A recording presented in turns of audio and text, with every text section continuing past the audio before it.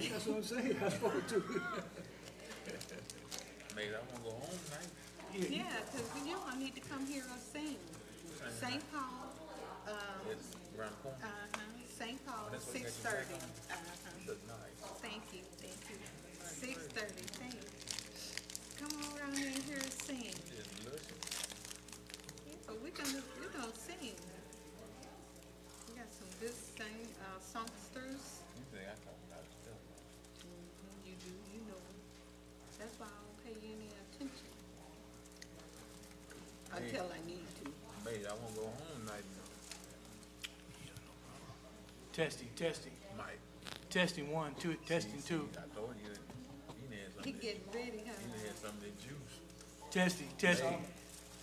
Huh? Maybe don't eat no sugar. Why can't I get that pulled up, Michael?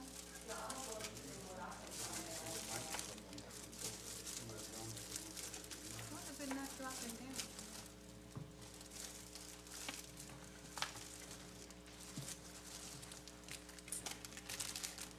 Joe, you running the show? No, my TV's not on. It's on. No. There it came on. Send out what the docket sent me. It's not going to the meeting.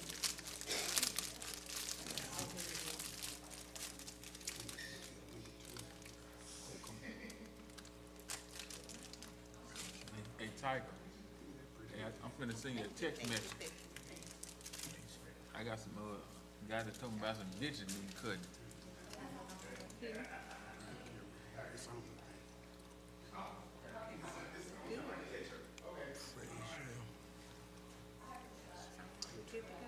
Look, no, then you're gonna start getting stuff on the website.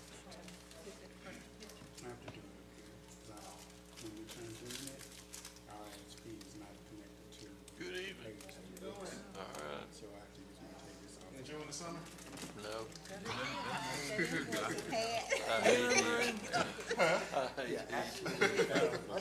Well, we got a little rain today. It kind of cooled things off. Yeah, You learn from them. Too bright. Oh, okay.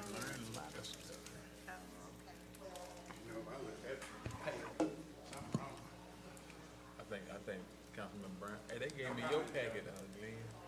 Really? Look at yours. Yeah. It's the same thing. Yeah, she just dropped it off at the. I didn't even look. I just opened it up. I didn't even pay attention to the sticker. I'm just glad none of your personal. Well, listen, they mistake us anyway all the time anyway. I'll be out, be like, Holcomb, right? I'm like, no, Brown Jr. I'm like, oh. They do them. I'm just glad we both living good lives. There you go. I don't know about all that. What? What you doing? Where? What? Check you all out. Lady in black? That's right. I'm gonna check you all out, see what you're doing. You gonna see me in my driveway. That's where I'm gonna be. Okay then. Okay, that's what you Either said. that, I'm either the office, my house, or my parents' house. Hey, I salute the Heat magazine.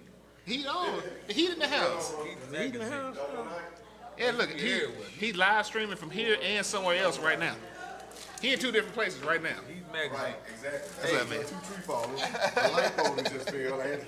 And don't put on the glasses. You got the glasses too, you know. Hey, I'm looking like give a me some Hulk. water. Give me some water. Cool the heat down, huh? Yes, sir. You the man. I'm telling you now. Appreciate it. Man, you all right with me? Yeah, that docket is something else.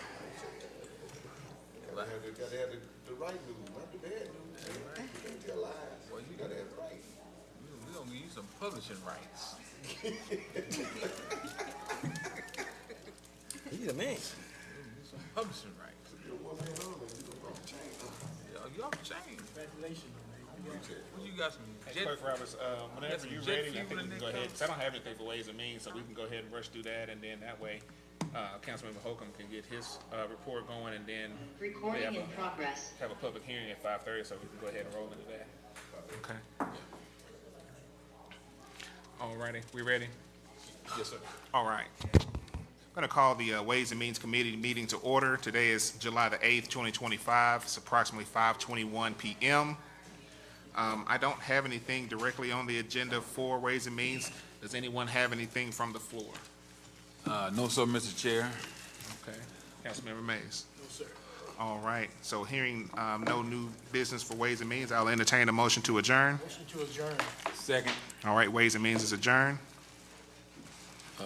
Ordinance and resolutions, we have two ordinance. Number 1 is up for the third and final reading. Number 2 is up for the first reading.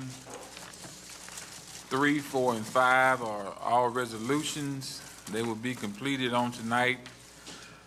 All of you should have a resolution in front of you, a resolution authorizing the city to apply for a grant from the Arkansas Community Assistance Grant Program.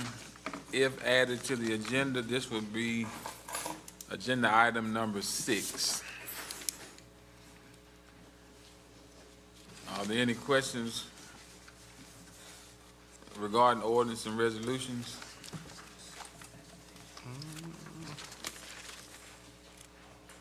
Is there a motion to adjourn? Move to adjourn.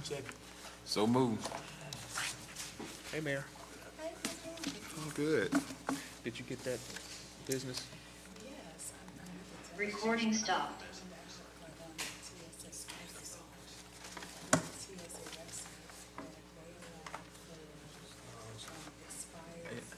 I didn't see y'all at the Black Rodeo. I'll see you pass it. Okay, cool. It was nice. I know, right? Did you still go back and apply for the card, though? I'm going to. Okay. I just didn't. How you doing, man? Okay. First of my consideration was somebody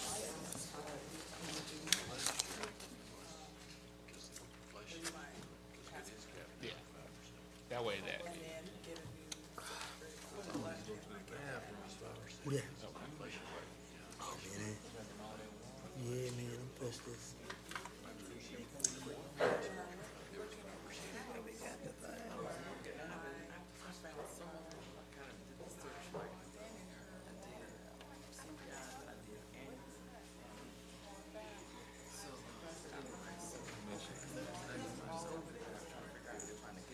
And had I not worked for that, though I would have Go check on your water. And I really knew that once I saw the TSA. I'm like, thank you, Jesus. Thank you. How you doing this year? I love that. Oh, I'm sorry. Color.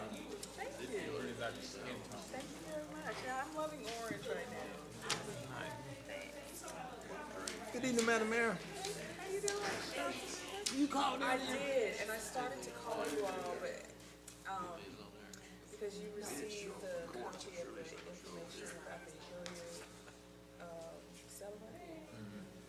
And I just wanted you to look at it, but also she had said something about she would show up tonight, and I told her we're gonna put it off for the next meeting to give you guys a chance to look at it. Somebody sent it out? Huh? You sent it out?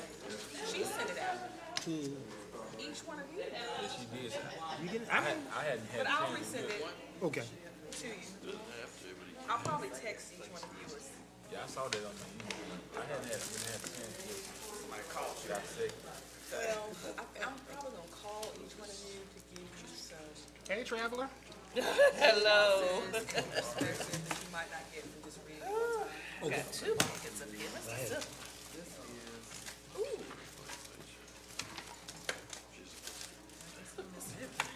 Take one and pass it down. Everybody has one? I'll just mess with you. Oh, okay. You said, wait a minute. Otherwise, I would have waited to open this up. Is that the letterhead?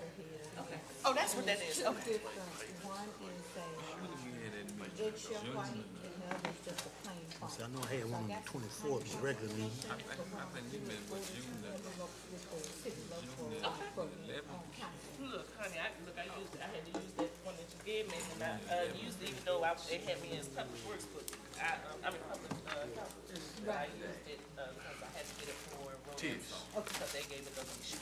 Okay, so I got it changed. Okay, thank you. Ooh, how did my seat get so lovely? Hydraulics on it. Oh, you got it? I don't know what this one does. What does this one do? And it's lean back, Lord Jesus. Oh, maybe this has something to do with that part. I can't do the lean back. See if you can lean it forward. Get that. Is that Kevin Collins? I don't know, I can't sit lean the back. I'm a straight up and down person. I can hear my aunt say now, straighten up your back. City Council chamber across the street. The Honorable Chavis. It's next to the old library. Chavis. I can feel it in your tone, and it tells you He was sitting.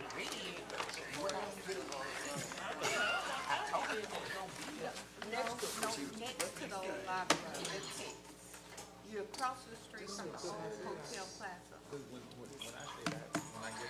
Okay, that building. Just walk straight in, you see all the cars.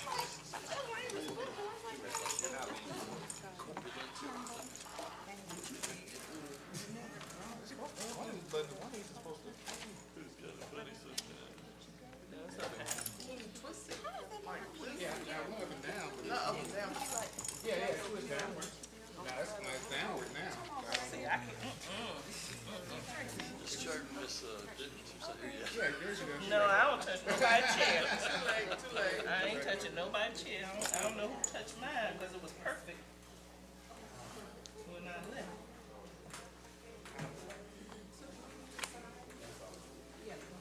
Oh. Let me just sit up because I can't sit back.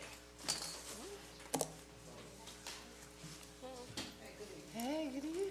Mayor, we gotta do the public hearing first. Do the public hearing. So we handle That, and then we have to do a roll call before we do that, and then we'll do a roll call, go to the public hearing, get the resolve on that, and then we flow with the rest of it. For the plain one. Oh, okay. Okay. All right. I don't know what that is, sour cream? Well, no, it's just different. I guess they got different ones. It's different today, so. Yeah, it was different today.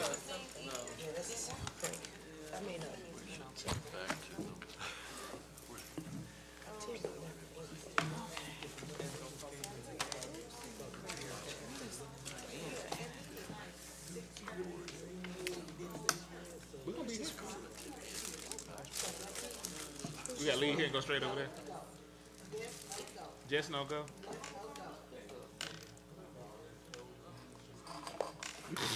Where are they trying to go after this?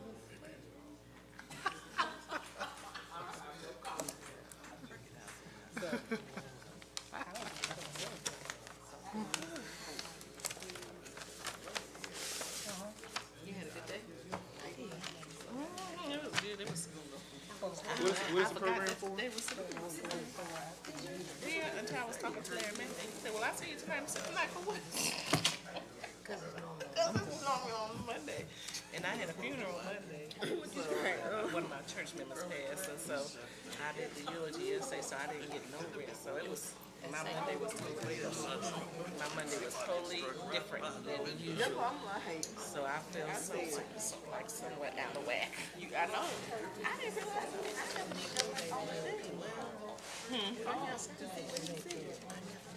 Okay. donated what? Did you tell Oh no, him about it? because I've always had sickle cell anemia, and so I don't donate nothing. Honey. Just some people donate to me if I need it. But I've been good so far. My blood count been really good. It was nice. I'm gonna post it on Facebook.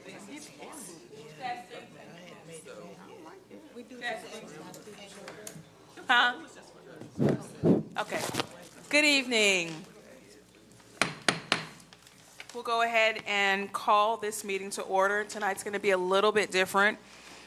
We will ask Madam Clerk to call the roll, and then we will go straight into a public hearing.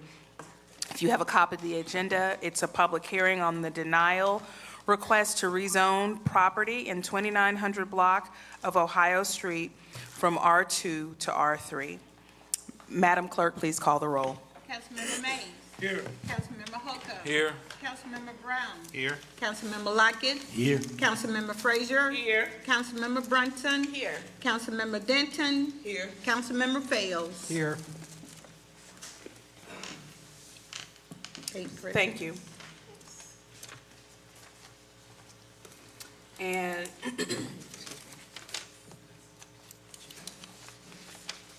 just a moment.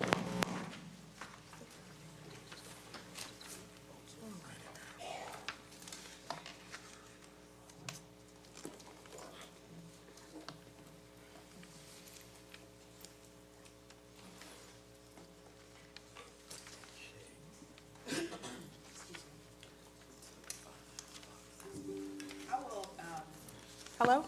I will once again read the title, and then we will hear from those who wish to speak for and against this item for our public hearing this evening. The public hearing is on the denial request to rezone the property in the 2900 block of Ohio Street from an R2 to an R3.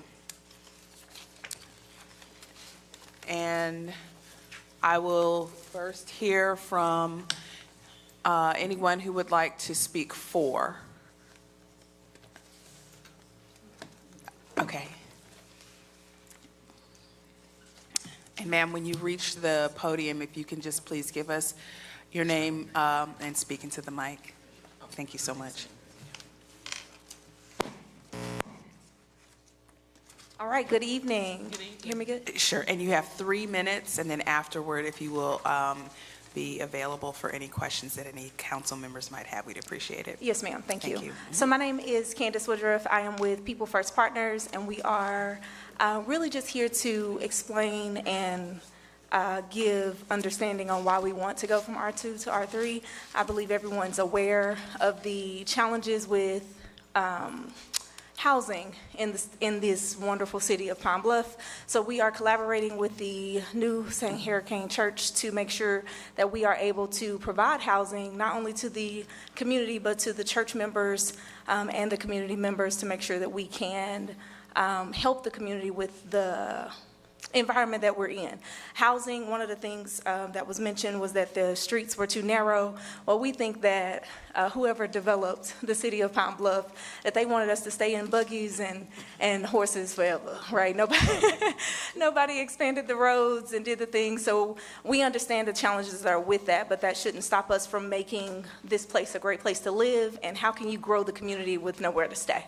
And so that's what we're wanting to do. And just to really just make everything better here, starting one house at a time. So that's our objective. Thank you so much, and I will also make a note of your May 28th letter that's included in our packets. Council members, any of you have any questions?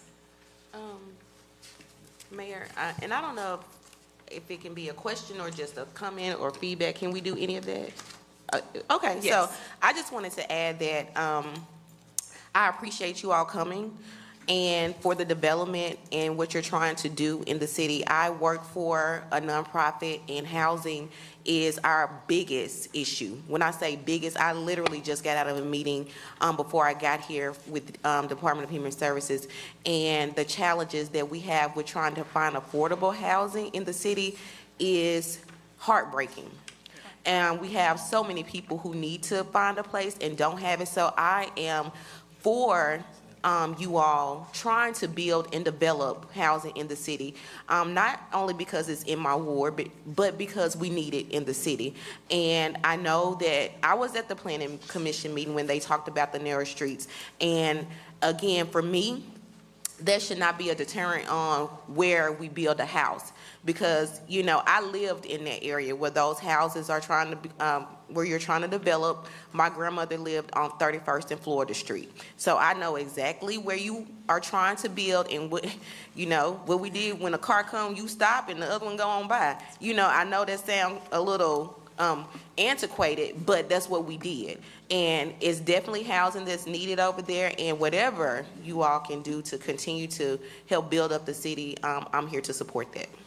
Thank you. Woodruff. Yes, ma'am, sorry. I got loud. There we go. I have a question. Sure. One, I don't have an issue with building houses because just like Alderwoman Brunson said, we need it. And a narrow street, we can make it a one-way if we have to. My question is, when is your anticipated time of being able to have the affordable housing available for the city? So with the approvals, we have to, of course, get the approvals first. After that, we have already started the SWOT analysis and the process. This is, of course, a part of that. So we're looking at 6 to 8 months on the first part of the project. Okay. Yes. But of course, with this, of course, being With approved. whether. Yes, ma'am. Yeah. We're gonna, I'm gonna be honest with you. The plan is to move no matter what, but we just want to be and do what's best for as many people as possible. So this development with the R2 process is important for us because one house is great, but if you could help multiple people with those structures, why not? Right. Councilmember Mays and then Councilmember Holcomb. Go ahead. Well, have you all started yet? They can't. They can't stop. You can't, okay, no, that's good. Yes, sir. The reason I said that, a lot of people come here, I've seen a lot of them, and they come here and say what they're gonna do, develop something. And they give us this long, but I don't know the rest of them are looking at that, but they don't do it. You know, because I ride by there, and whatever they say, I ride by and look at it constantly. They come right up here, like, well, you standing right there, and tell us what they're gonna build, and they show us all this paperwork. I mean, really, Yes, sir. they don't say, but I look at it and I follow up on it. Are you gonna do what you say you're gonna do? That's good. That's a great question. Yes, sir. And there's no real long drawn-out answer. We're committed to the process because we've already started the process. We just want to make sure that you all aren't standing in the way of it. I mean, you can get more done if you go ahead and do it. A lot of them, I wouldn't even vote for them, they come back. I mean, seriously. Understood. They come up here and bring all this paper, and he come in here looking all smart. I'm not saying nothing to you, but I mean, they I do. appreciate it, but But they do and don't do nothing. yeah, that makes sense. And can I just for a second, to your point, I think the biggest part, we've been here an hour and a half early to see what it looks like in the rain for the other areas that we're already looking at. And so, yes, sir, I understand where you're coming from, but we're not them. And let me finish with this. If y'all do it, you got my vote for everything you want to do. Absolutely. Councilmember Holcomb and then Councilmember Brown. Two questions. How many houses do you plan on building? So the current placement that we have, so there's 4 units potentially in the upper part, because one of the areas is a flood zone, which we're planning on beautifying and making something other, a special location. So the top area, 4 units, and then we're looking at a potential 4 to 6plex, just depends on what we can do based on this here in the area across the way. It's 2.5 acres, 2.7 specifically. Okay. And the street issue was the only issue that you face? Yes, sir. That was the only issue that we face. It's not really a big issue, but it was what was brought up in the meeting, so we just want to address it. Okay. Councilmember Brown. Well, Councilmember Holcomb asked what the question I really had, and so, and the other one was the reason for denial, and you said it was, well, they didn't say that's what it was, but you said that they mentioned streets were narrow in the area. So most of the structures will be facing the side streets? Yes, sir. Okay. Let's see, I think all those questions I had have been answered at some point along the way. Okay, but I'm good, thank you. Thank you. And I just believe if the street is an issue, Councilmember Frazier said something, we can make that a one-way street. It's a great idea. Because it's just my belief, we don't want to stop progress. Right. Because, I mean, that's basically what we're dealt with. If the street's narrow, then the street's narrow. Right. No matter, what's going on or that's just the way it was developed. And people live there now on a narrow street and get out and drive and go and come back. Was that the only issue, the street was narrow? Yes, sir, and they didn't have the quorum for vote. Yeah, That was it. help us get this thing, and you all can build anything y'all want if you just. Well, that's not true. You know what? We don't want to do that, but we understand. Yes, sir. Let's just be clear, though, other people are listening. Right. You got my support. Right. Let's build this thing out. Right. Oh, and so, one more thing. And so Councilmember Brown? all of these are gonna be duplex structures? They're going to be duplex structures. The only one that is potential to even be anything more than a duplex is the one on the larger scope, but we're concerned about parking, and so it'll likely still be a duplex. I don't want to tell you something that's not going to be true, and so duplex is the smaller structure we'd like to do. Of course, we need this for that. We want it to not look like another set of, can I speak openly? We don't want it to look like another set of projects. We want it to look like a community you want to live in, and so if we have duplexes, those need to look like homes, duplex homes, so that I come into my home and I feel like this is somewhere I can stay and live for the rest of my life and be able to be proud of that. And so that's the objective. It's affordable, it's quality, important about quality. Affordable, quality, as well as in a position that people can feel like they can live here forever. It's not just another apartment complex. We want a beautified community where people want to live and raise the property values in those areas. And I just have one more. Councilmember Frazier, yes. And I know in the notes, it says something about they were concerned about flooding, but that's not where y'all are building. So No. I just want the community to be clear about that too. And even if they was, that shouldn't stop something, because we could do just like we did with Chick-fil-A, bring in the dirt and There you build go. up, so, but I just wanted to make that clear, that's not where they are building. That's a good point. Mayor. Thank you. Councilmember Fells? So I do thank you for being here today. I did read the staff recommendation. Usually I'm very hesitant to go against our planning staff because I think, they're all very, experienced. They always have great feedback. So I did take those concerns, very seriously, gave this a lot of thought and consideration. I do think the street issue is something that we can overcome with various different solutions. I do see in this image that it looks like most of the property is in the floodplain. Councilmember Frazier just mentioned, one of the possible solutions. So if it does, have you all talked about if the house has to be in that floodplain zone, what type of strategy? Would you raise the structure with dirt or just create an elevated level? Have you had that discussion? Good question. Yes, sir. So we've had the discussion. The way that the lot is built, it's almost like two sections. One section's on a highland and the other part's on the lowland. The lowland section is the flood area. Makes sense. We just rode through there again. We're even looking at why is the area actually holding water versus it flowing, and it looks as if something is stopping it from flowing through the holes that's there for it to move. We want to address that, but we're not going to build on the lowland. We're just going to build on the highland. So yes, sir. Great question. We have spoken about it, and we're looking at moving forward with why it is even flooding in the first place. It looks as if it's just negligence, and we just want to fix that as well. Right. And Yes, whoever lives there, we want to make sure they're not living in a flooded property. So I think that is an issue, but it's something that can be dealt with. Yes, and then sir. my final question would be in terms of like the infrastructure in the area. Have you all reviewed it? Is it sufficient, or would you be needing additional infrastructure? We will always do additional infrastructure just because that's our part of our process. But when we actually go by there, we've already reached out to try to get prior information about what was there. There are like, what is it called? A driveway. There are driveways there. Like there used to be structures there and homes there. We don't know. They don't have any documentation of it, but there's already been something there. And when we look at it, there's already connects and stuff. So we don't know what happened, why there's no paperwork. But yes, sir, we've looked into it, and we will still do additional research for engineering. Yes, ma'am. And I'll say this, Mr. Councilmember Mays? Yes, sir. Go for it. If you have any trouble, come talk to us. Yes, sir. If any forces come up against you, don't fight them, come talk to us. Yes, sir. We're gonna grow this thing. You got my word on it. Thank you. Any further comments or questions?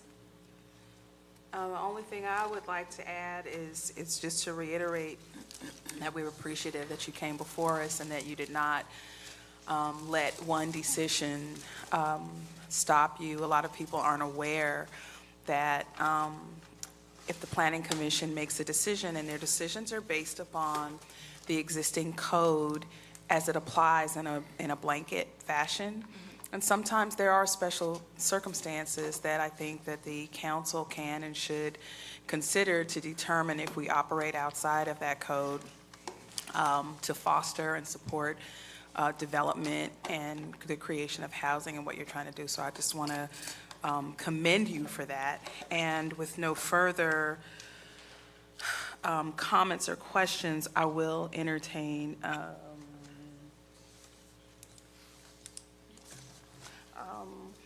more comments from the audience if you're completed with your Yes, ma'am. presentation. Yes, ma'am.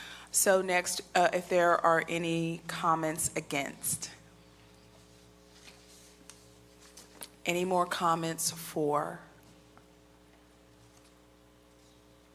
Okay. One more. Any more comments for or against? Okay. Then I will entertain a motion to uphold or overturn this decision of the Planning Commission. Move to overturn the decision of the planning commission. Second. It's been, the motion has been made by Councilmember Brown and seconded by Councilwoman Frazier to overturn, and Councilmember Lockett. I think we can only have 1 second, otherwise it would be a third, but okay. To overturn this decision of the Planning Commission. Any discussion? With no further discussion, I would ask Madam Clerk to call the roll. Councilmember Mays. Aye. Councilmember Holcomb. Aye. Councilmember Brown. Aye. Councilmember Lockett. Aye. Councilmember Frazier. Aye. Councilmember Brunson. Aye. Councilmember Denton. Aye. Councilmember Fails. Aye.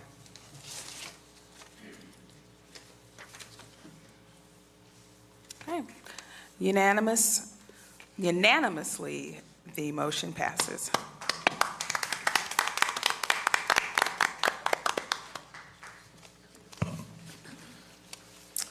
Okay, and next on our agenda, we have public comments on agenda items. There were no signups for that item, so we will move next to the invocation. And tonight, we have our Chief of Staff from the Mayor's Office, Reverend Joyce Campbell, to deliver the invocation.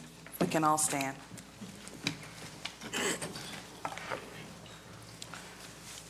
Let us pray.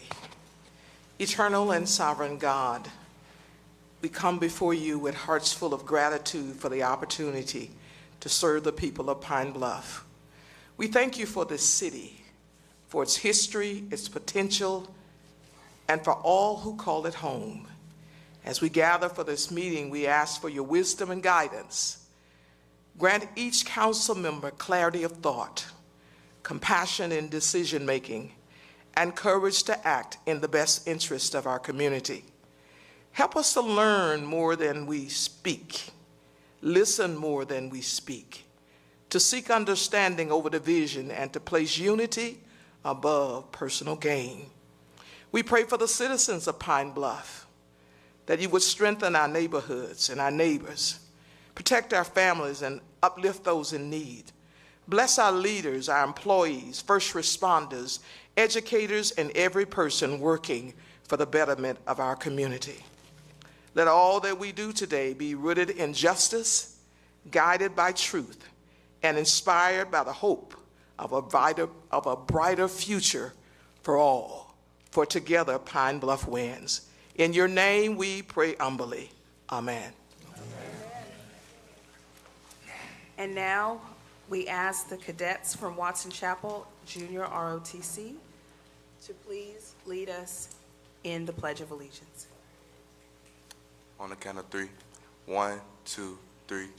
I pledge allegiance to the flag of the United States of America and to the republic for which it stands, one nation, under God, indivisible, with liberty and justice for all.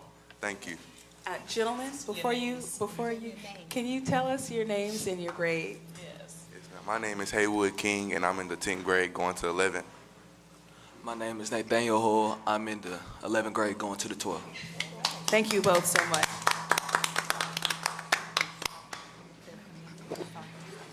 And Sergeant Stockton? Yes, would you mind also coming forward real quick? And just for the benefit of the audience, tell us who you are.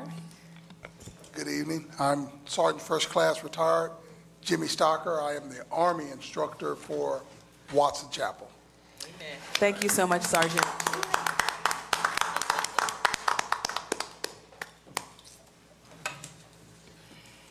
And next on the agenda is the approval of our minutes from June 16, 2025, and June 20th, 2025 at 1 p.m. and 1:15 p.m. So those are minutes for 3 city council meetings. And assuming that you've had time to review, I will ask if there are no changes, I'll entertain a motion to approve the minutes. Motion to approve. Second. It's been moved and seconded to approve the minutes from June 16th and June 20th with no discussion. I will ask those who wish to approve the minutes indicate by saying aye. Aye. Any opposed? Motion passes. And now we will go on to committee reporting.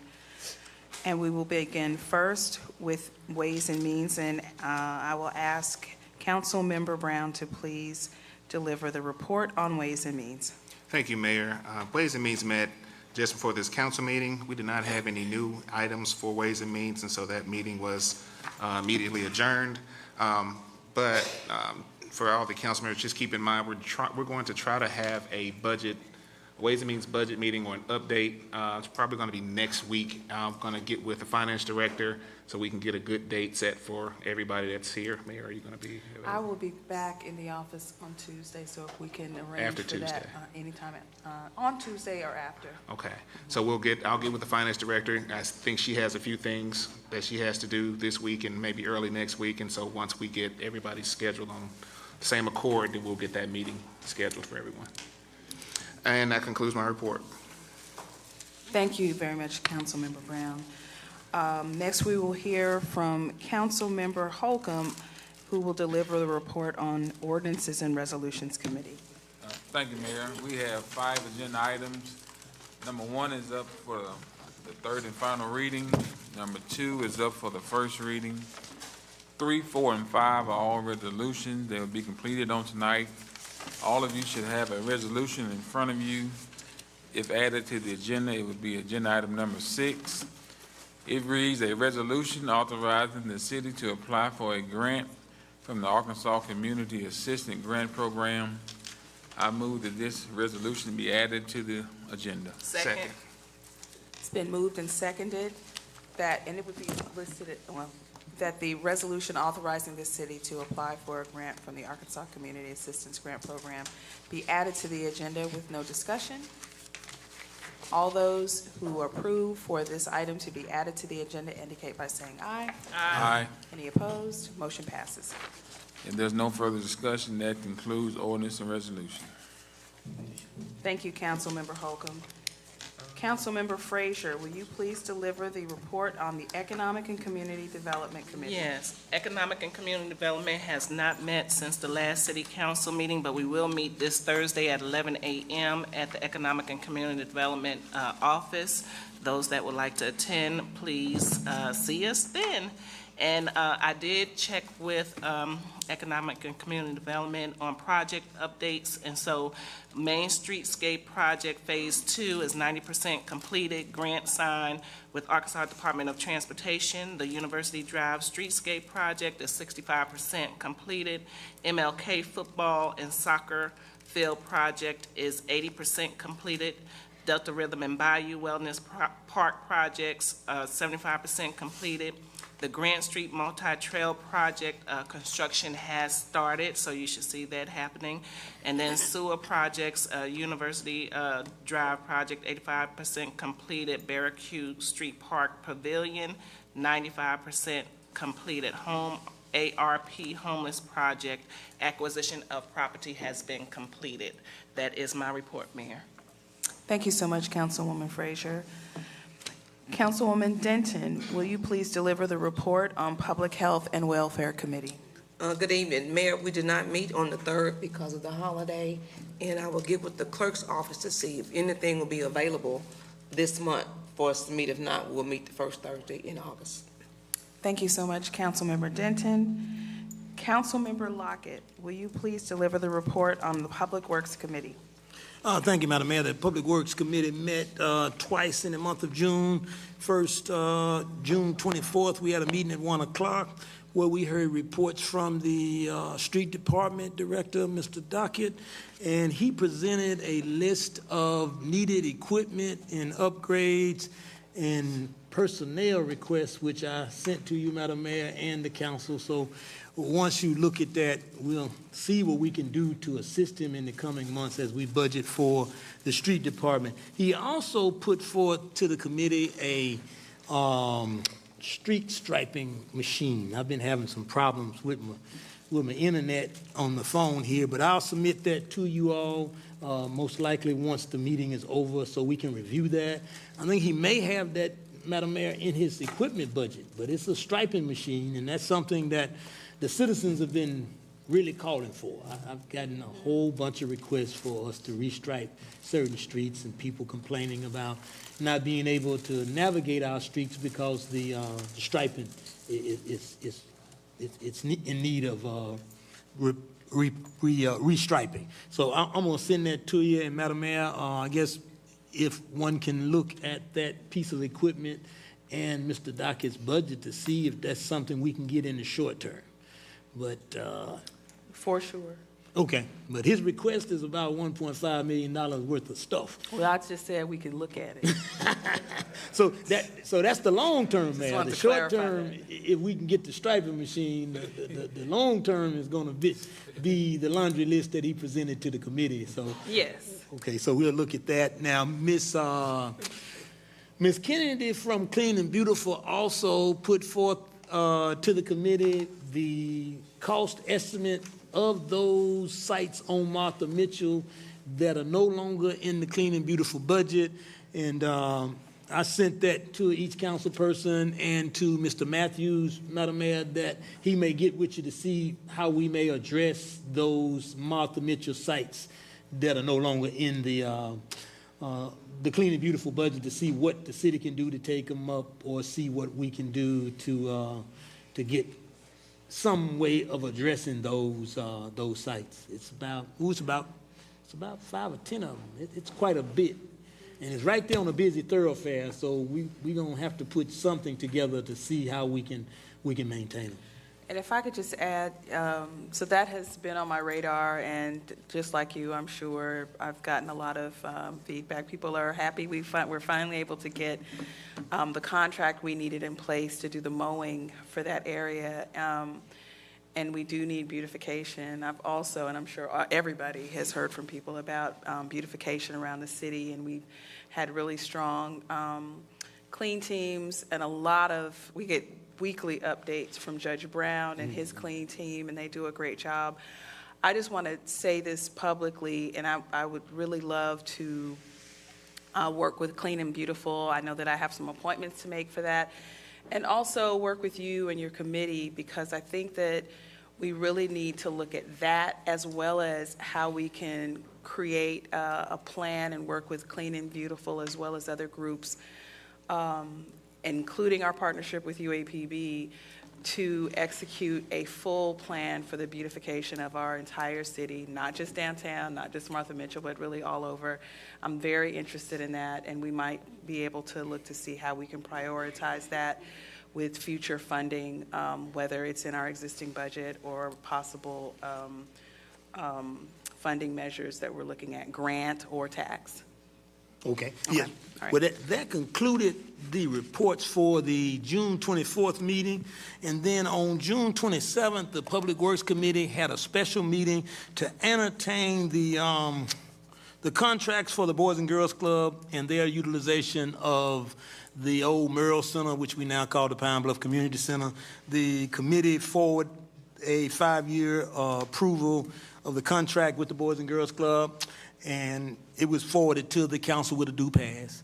And we also talked about provisions in the Opportunity House contract that dealt with fundraising and sustainability on the part of DePaul USA, and the mayor suggested a variety of initiatives and activities where DePaul can look for extra resources to supplement what the city has allotted.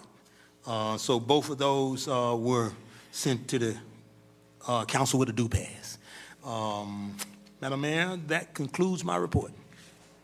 Well, that was a lot. You just kind of showing out, aren't you, Councilman? Okay, all right. Thank you very much. And Councilmember Fells, will you please deliver the report on Development and Planning Committee? So Development and Planning, we're planning to meet on July the 18th. I'll be getting with our committee members to confirm that, and that concludes my report. Thank you so much, Councilmember.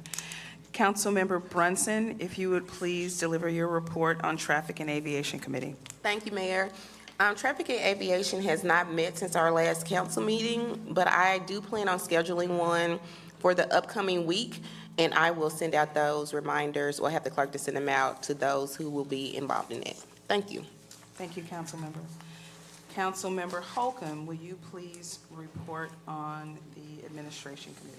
Yes, Mayor. The Administration Committee met last month, the second week in June, with a due pass on agenda item number 3. And our scheduled meeting is always the second Tuesday of each month. And I believe that is actually on today, but we didn't have any scheduled agenda items. And if something should arise, well, I'll give the city clerk's office a call. Yes, ma'am. We would do pass on agenda item number 3. Thank you so much. And Councilmember Brown, can you please deliver your report on the Public Safety Committee?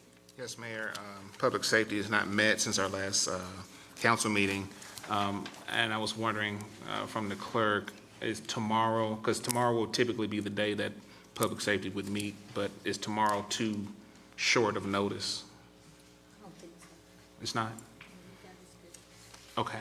Oh, we already have a schedule? Well, I mean, I kind of keep it the same. Okay, so the next Public Safety Committee meeting will be tomorrow, 1:30 p.m. in the old council chambers, and there should be a Zoom option available. And that concludes my, I'm sorry. And also, all council members should have a copy of the fire report given out by Chief Compton. It should be here. If you have any questions or concerns about the monthly report for June 2025, you can get with Chief Compton or myself or attend that committee meeting tomorrow. And that concludes my report. Thank you so much, Councilmember. Councilwoman Lynette Frazier. And I apologize for coming behind you. I forgot to mention that I wanted to thank Economic and Community Development, Street Department, and Clean and Beautiful. Christ Redeemer's Church, Pastor Creston Thomas wanted to use Bush Park for a community picnic this past Saturday. And I had promised him that I would get the park cut and taken care of, and everybody showed up and showed out to help us get that done, and it was a huge success. The community came out, and the people were blessed with clothing, food, and the kids had the bounce houses, and they had barbecue out there, so it was really, really nice. Just what we're looking for to happen at Ward 3 Park in our ward. So I just wanted to thank those that helped with that. I could not let it pass without thanking Economic and Community Development, Clean and Beautiful, Kelly. She gave us the cleaning supplies to clean the park. Oh, and Rotary for coming out and helping us to clean around the park before the event took place. So thank you all very much. Thank you, Councilwoman. Also, And Mayor, before. Councilwoman and also Denton? to piggyback behind that,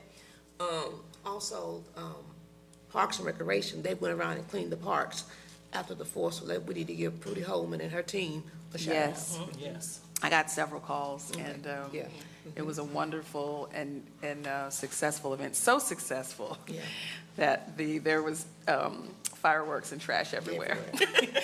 So they did a great work for us, for sure. So next we have on our agenda proposed ordinances and resolutions. Councilmember Holcomb. Thank you, Mayor. Agenda item number 1, a ordinance providing for the rezoning of certain territory in the city of Pine Bluff, Arkansas, 5900 block of Dollarway Road and 2000 block of Lane Street, up for the third and final reading. An ordinance providing for the rezoning of certain territory in the city of Pine Bluff, Arkansas, the 5900 block of Dollarway Road and the 2000 block of Lane Street. Move for adoption. Second.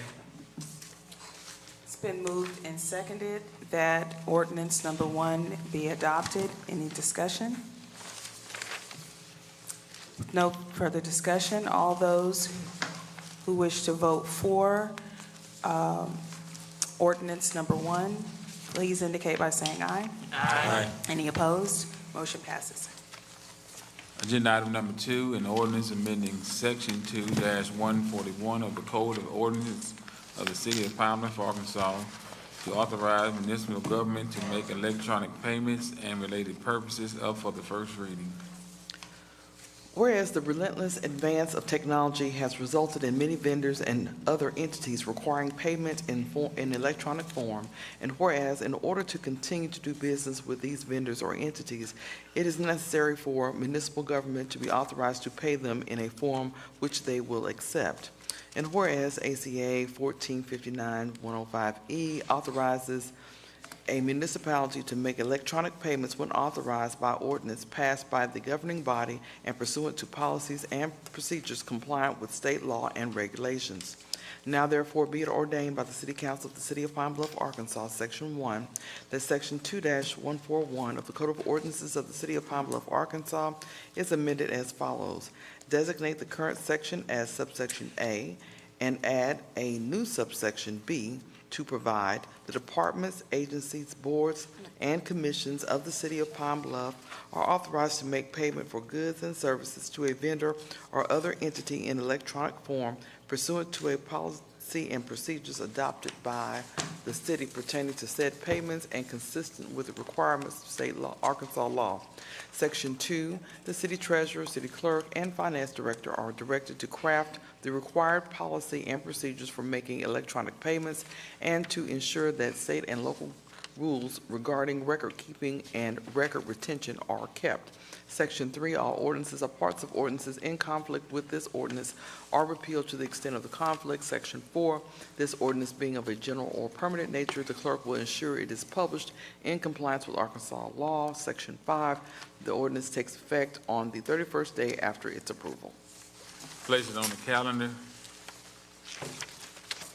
And if I could, I know we have a couple more times to, for this to be read, but I wanted to go ahead and make the change. We made a typo, a typographical edit, but also if you go down to line 25, the significant change we made is not reflected in this version.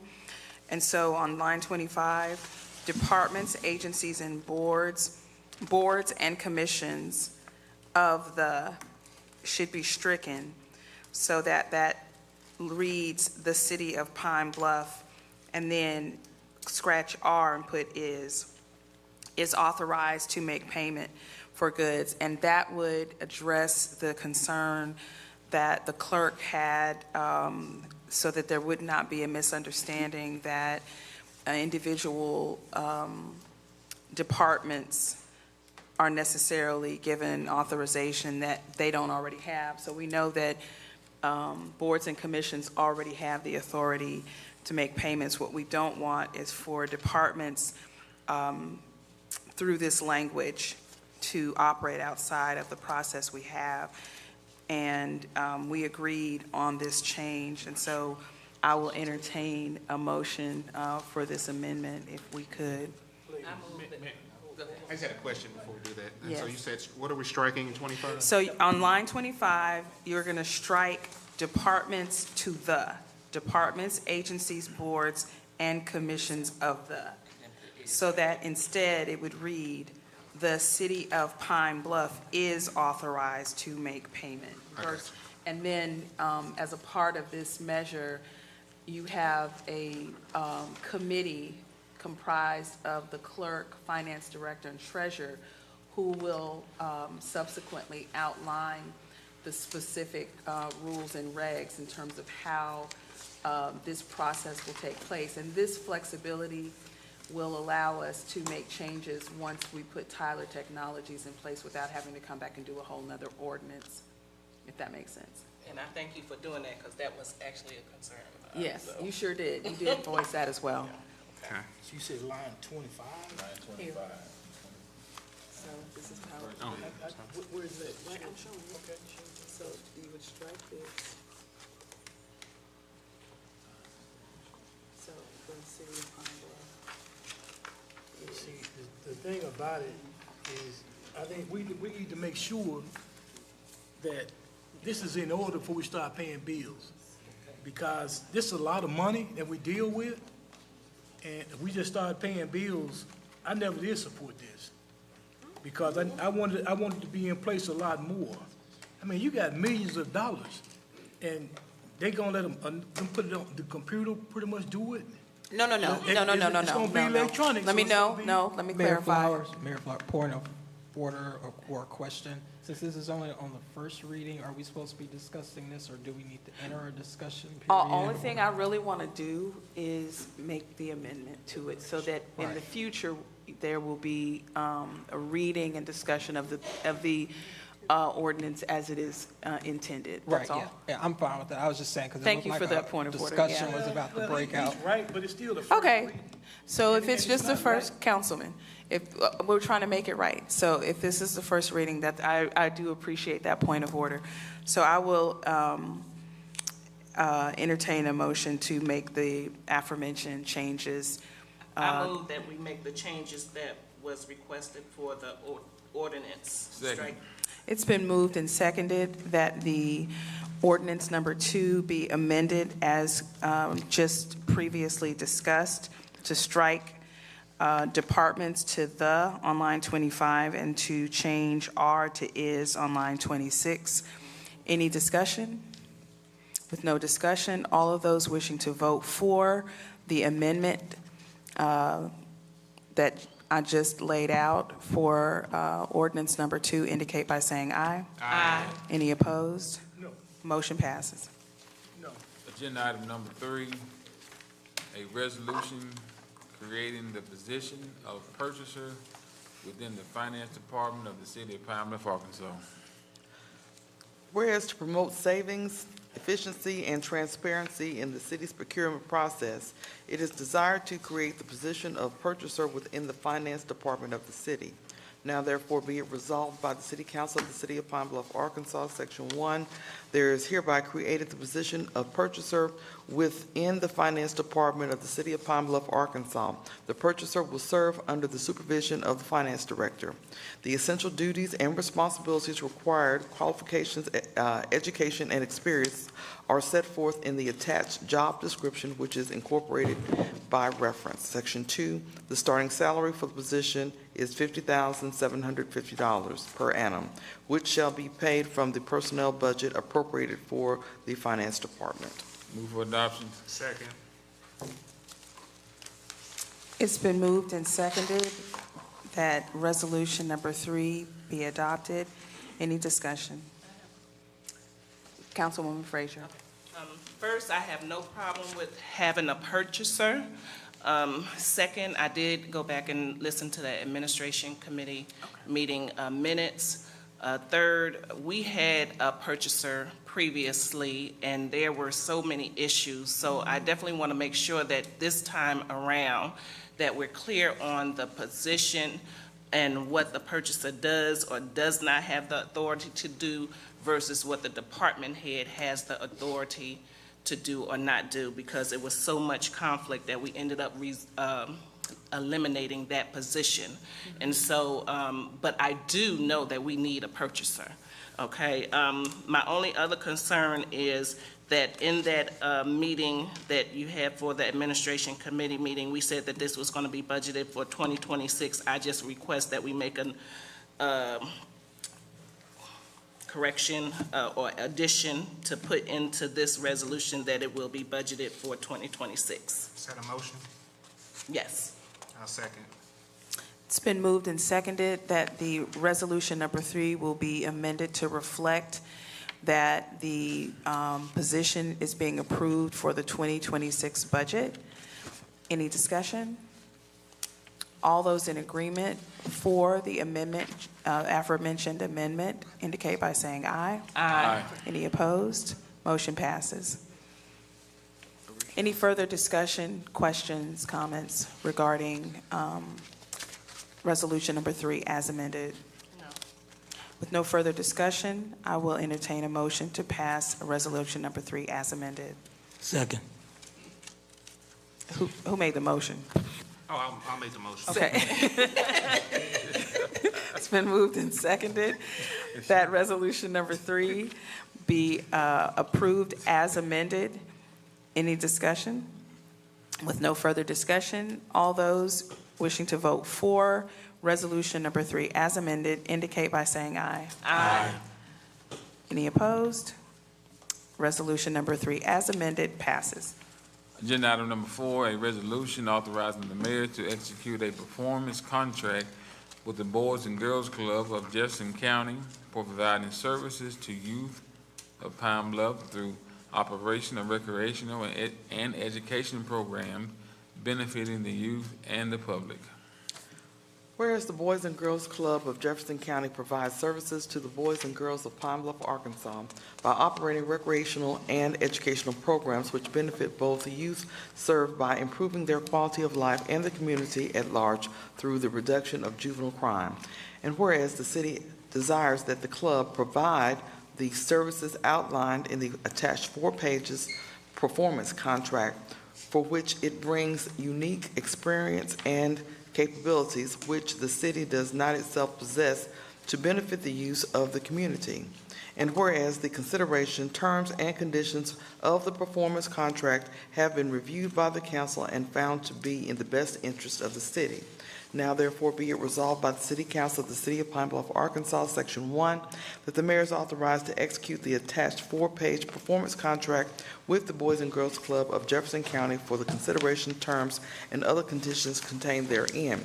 Section 2, payment for the consideration due the club in 2025 is provided for this purpose in the 2025 municipal budget within the appropriation for the Parks and Recs Department. Payment of consideration subsequent to 2025 will be provided for in the municipal budgets for those years. Move for adoption. Second. It's been moved and seconded that resolution number 4 be adopted. Any discussion? Mayor, I'd like to say something. I appreciate all that Brother Calhoun is doing for the Boys and Girls Club. Good to see the young people out here tonight. And I would like to be a sponsor of this resolution. Everyone wish to be added? Let me say this first. Can we have Mr. Calhoun say something? They saying that. You know, at the same time, it's in my ward too, so, me and Bruce, I appreciate what you all doing. Thank you. You need me in the 4th ward over there with the Senate, I'm an advocate for the Boys and Girls Club. 100%. Right. Wow. Now, since looks like we have some young people here, Mayor, is it okay if they just get up and introduce themselves? Absolutely. Okay. Yes.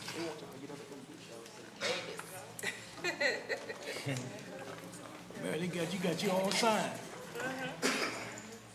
Hello, my name is Mackenzie Evans. I attend the University of Arkansas at Pine Bluff, and I'm going to be a senior majoring in biology pre-medicine. Who you rooting for?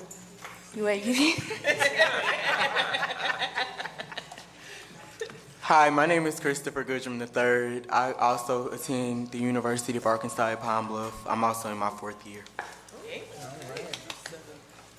Hello, my name is Bria Johnson. I am in my 4th year at University of Arkansas at Pine Bluff, and my major is Industrial Technology, Management, and Applied Engineering. That Bria. That's Chris. My name is Orion O'Neal, and I'm 12 years old. And I'm in Friendship Middle School, and I'm going to the 7th grade. All right. All right.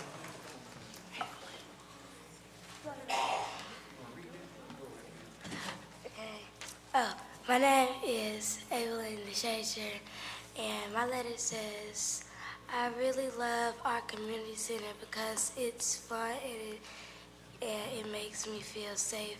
I go there to play and learn new things and spend time with my friends. The people there are super nice and always help me when I need something. It's a place where I can just be myself and have fun.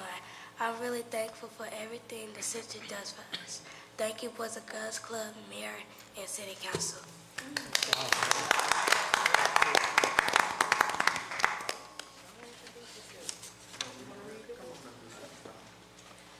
My name is Mackenzie Mallet. I'm 12. I'm going to the 7th grade. All right. All right.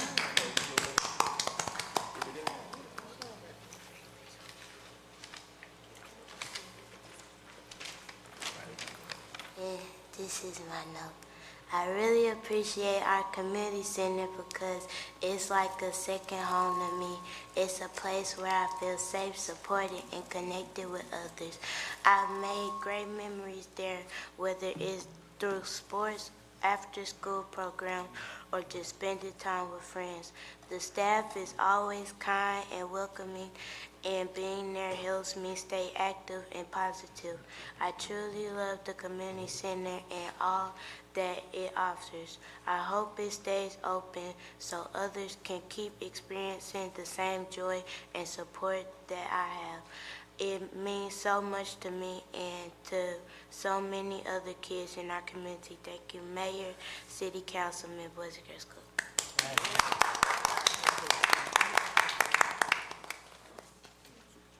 My name is Kylie Burton. I'm going to the 6th grade and I am 11 years old. Hello, I'm Kedar Bush, and I will be entering my senior year in the fall.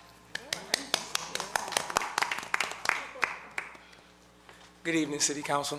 My name is Desmond Holman.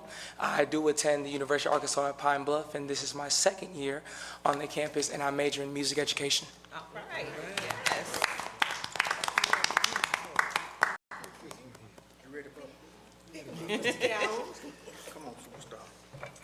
My name is Brandon and my sister is You're how old? 6. Okay. I'm Delancia Tatum. I'm Brandon's mom, but I'm also the marketing and finance coordinator for the Boys and Girls Club. Hello, everyone. My name is Jamie Gordon, and I'm the proud site coordinator of the Boys and Girls Club Community Center site, and we appreciate it. We are so grateful. Words cannot express, so thank you. Council, I don't think I could have said it better myself. Thank you so very much. The youth spoke their own words. They spoke from their heart today, and I'm thankful that they were already able to articulate themselves far better than what I could on their behalf. This will make a difference. We live in a climate now where a lot of funding is being lost for after school and boys and girls clubs across the nation. We received an email today that in the state of Arkansas alone, you're talking about $2.1 million is on hold right now through 21st century programming. $2.1 million, 80 sites in the state of Arkansas will be affected by this. And you're talking about more than about 8,000 kids that will immediately be affected by that. And so we're talking about our neighbors in McGee and some other communities. They're talking about potentially losing their club while we have the blessing of the Lord to have your support so that we can have funding to continue to grow and seek funding and grants to continue to move forward. And so for that, we thank you greatly for all that you have done.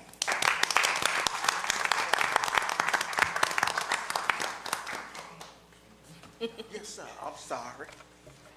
Oh, no, Oh, I'm just saying, okay, okay. Thumbs up. Thumbs up. Any other comments?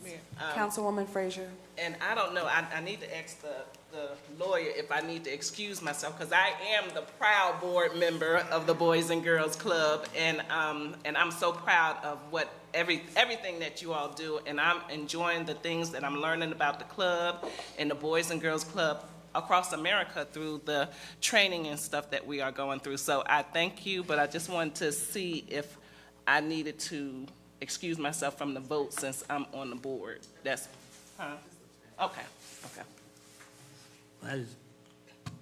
Madam Mayor, Councilmember Lockett. Yeah, as an alumnus of the Pine Bluff Boys and Girls Club and a past board president, I just applaud this council for supporting this vision of not only this executive director, but previous executive directors that when I came up, there was only one Boys and Girls Club. It was on the north side. Now we have 3. So that's something that when I was on the board of the Boys and Girls Club, we envisioned having more than one Boys and Girls Club site to serve more than just one community here in Pine Bluff. So, council, I just feel so proud to be part of this movement to expand our Boys and Girls Club to the entire city.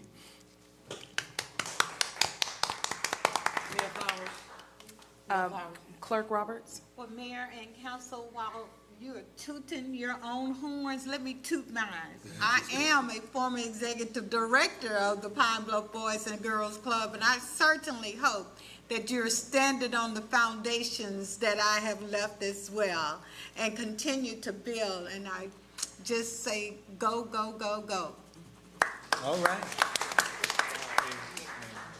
Councilwoman Denton. To Mr. Calhoun, thank you for all that you do for the Boys and Girls Club. Thank you, young men and young ladies. Thank you to the site coordinator and, what's your name? Thank you as well for all that you do for our young men and our young women. And we pray that you, Mr. Calhoun, you will continue, and we as a council are going to help and continue to support you. All right. Thank you. And the only thing I have to add is something I have been saying, in my conversations with Mr. Calhoun and with my fellow council members, and I feel very comfortable. I don't normally speak on behalf of anybody, but I feel very comfortable in saying on behalf of all of us that we are not only proud and grateful for the outcomes that we see in our young people, but also we know that this model works. And then not only does the model work, our leadership within the Boys and Girls Club here in Pine Bluff at our community center indicates that a partnership works, and so much so that my hope and prayer is that we will not only continue to support you through this contract, but we will be able to see some expansion in our commitment to youth investment, so that as we look to partner with our faith-based organizations throughout the city and other nonprofits, that you will stand with us in leadership to see that we can spread what you were able to do throughout the city. And with that, if no further discussion, it's been moved and seconded to approve resolution number 4. All those in agreement indicate by saying aye. Aye.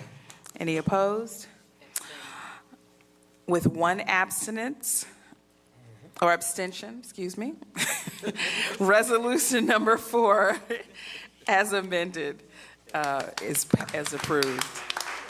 And if I could ask you all to come up here on the stand so we can take a quick pic.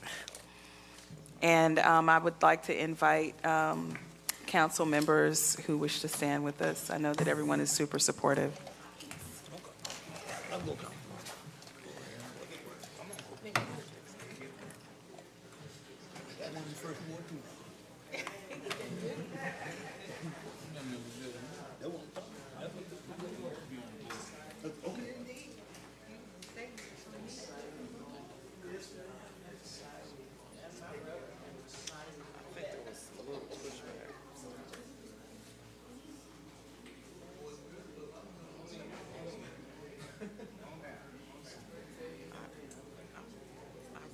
Initially, I was opposed to it, but I'm glad.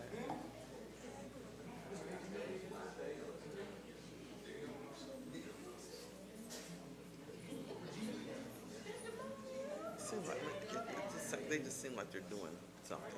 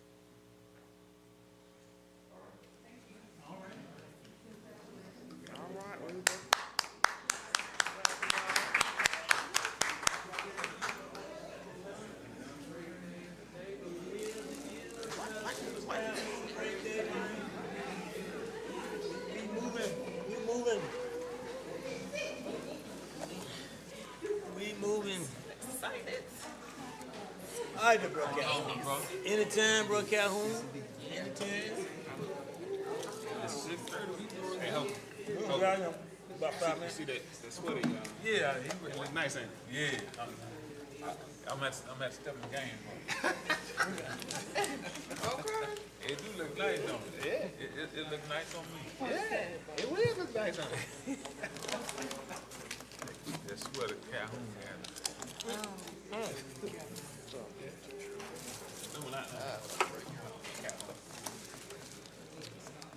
All right, Brown. I see what you're promoting. Save the date. Had to jump on it. I see you. I see you. I see you.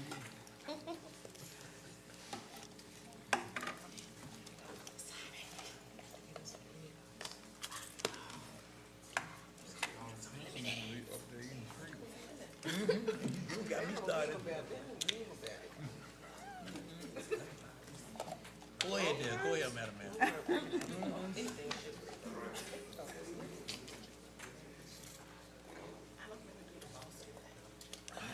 Yeah, Tiffany, she saved it. Okay, what you got, my friend? Oh, okay, non-agenda item. That we're gonna keep us in. We need to get out of here now. We got folks.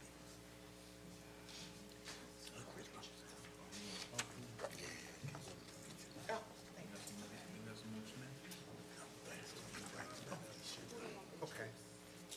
And I'm eating mine. Hey, I told Tiffany, thank you for the gift.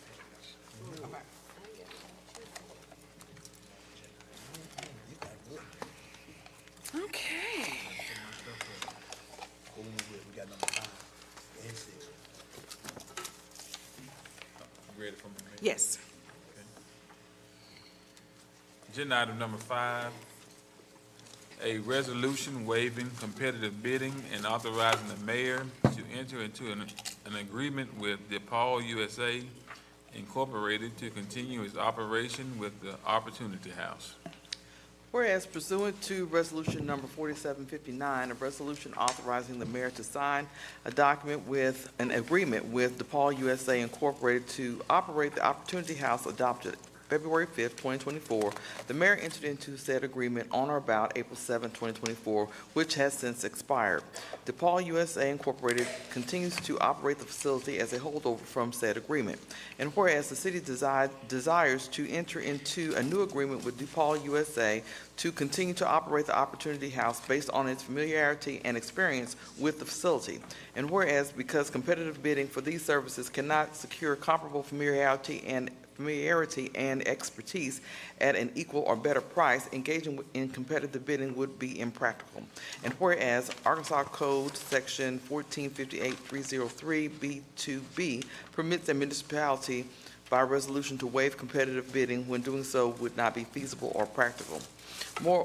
And whereas, moreover, the city of Pine Bluff has experienced a more immediate and increased need to provide shelter and services to the city's homeless and displaced population due to weather extremes and unforeseen emergencies. Unfortunately, the current hours of operation of the Opportunity House do not adequately accommodate disadvantaged persons. Thus, the Opportunity House should be converted to a daily 24-hour facility. And whereas, although DePaul USA does not presently have sufficient resources to increase the capacity of the Opportunity House to function as a daily 24-hour facility, it anticipates the receipt of grant funds to advance the city's objectives. Because time is of the essence, it is imperative that the city of Pine Bluff allocate $200,000 to DePaul USA for the maintenance and operation of the Opportunity House for the 2025 municipal budget. For budget years 2026 and 2027, the city should allocate $400,000 annually for the costs associated with the maintenance and operation of said facility. And whereas this agreement will modify the previous agreement to more fully incorporate and establish the roles and responsibilities of each party involved to expand the operations of the Opportunity House into a 24-hour facility, the mayor should be authorized to enter the attached agreement. And whereas it is in the best interest of the city of Pine Bluff for the mayor to enter into said agreement to expand the operation of the Opportunity House into a daily 24-hour facility, and whereas the funding source shall be for the Opportunity House shall be line item 01-52-208 $4,000 contained in the 2025 municipal budget. Now therefore be it resolved by the City Council of the City of Pine Bluff, Arkansas, that Section 1, the City Council finds in light of the foregoing competitive bidding to operate the Opportunity House for the city would be impractical and not feasible. Section 2, the mayor is hereby authorized to execute the attached Opportunity House agreement and any other documents necessary to facilitate said agreement. Section 3, $200,000 shall be allocated for the operation and maintenance of the Opportunity House in the 2025 municipal budget line item. Allocations for the remaining term of the agreement shall be determined during the annual budget meeting, not to exceed $400,000 per municipal budget year. Move for adoption. Second. So I would like to entertain a slight amendment. Yes. On line 33, it should say, should allocate up to $400,000 annually.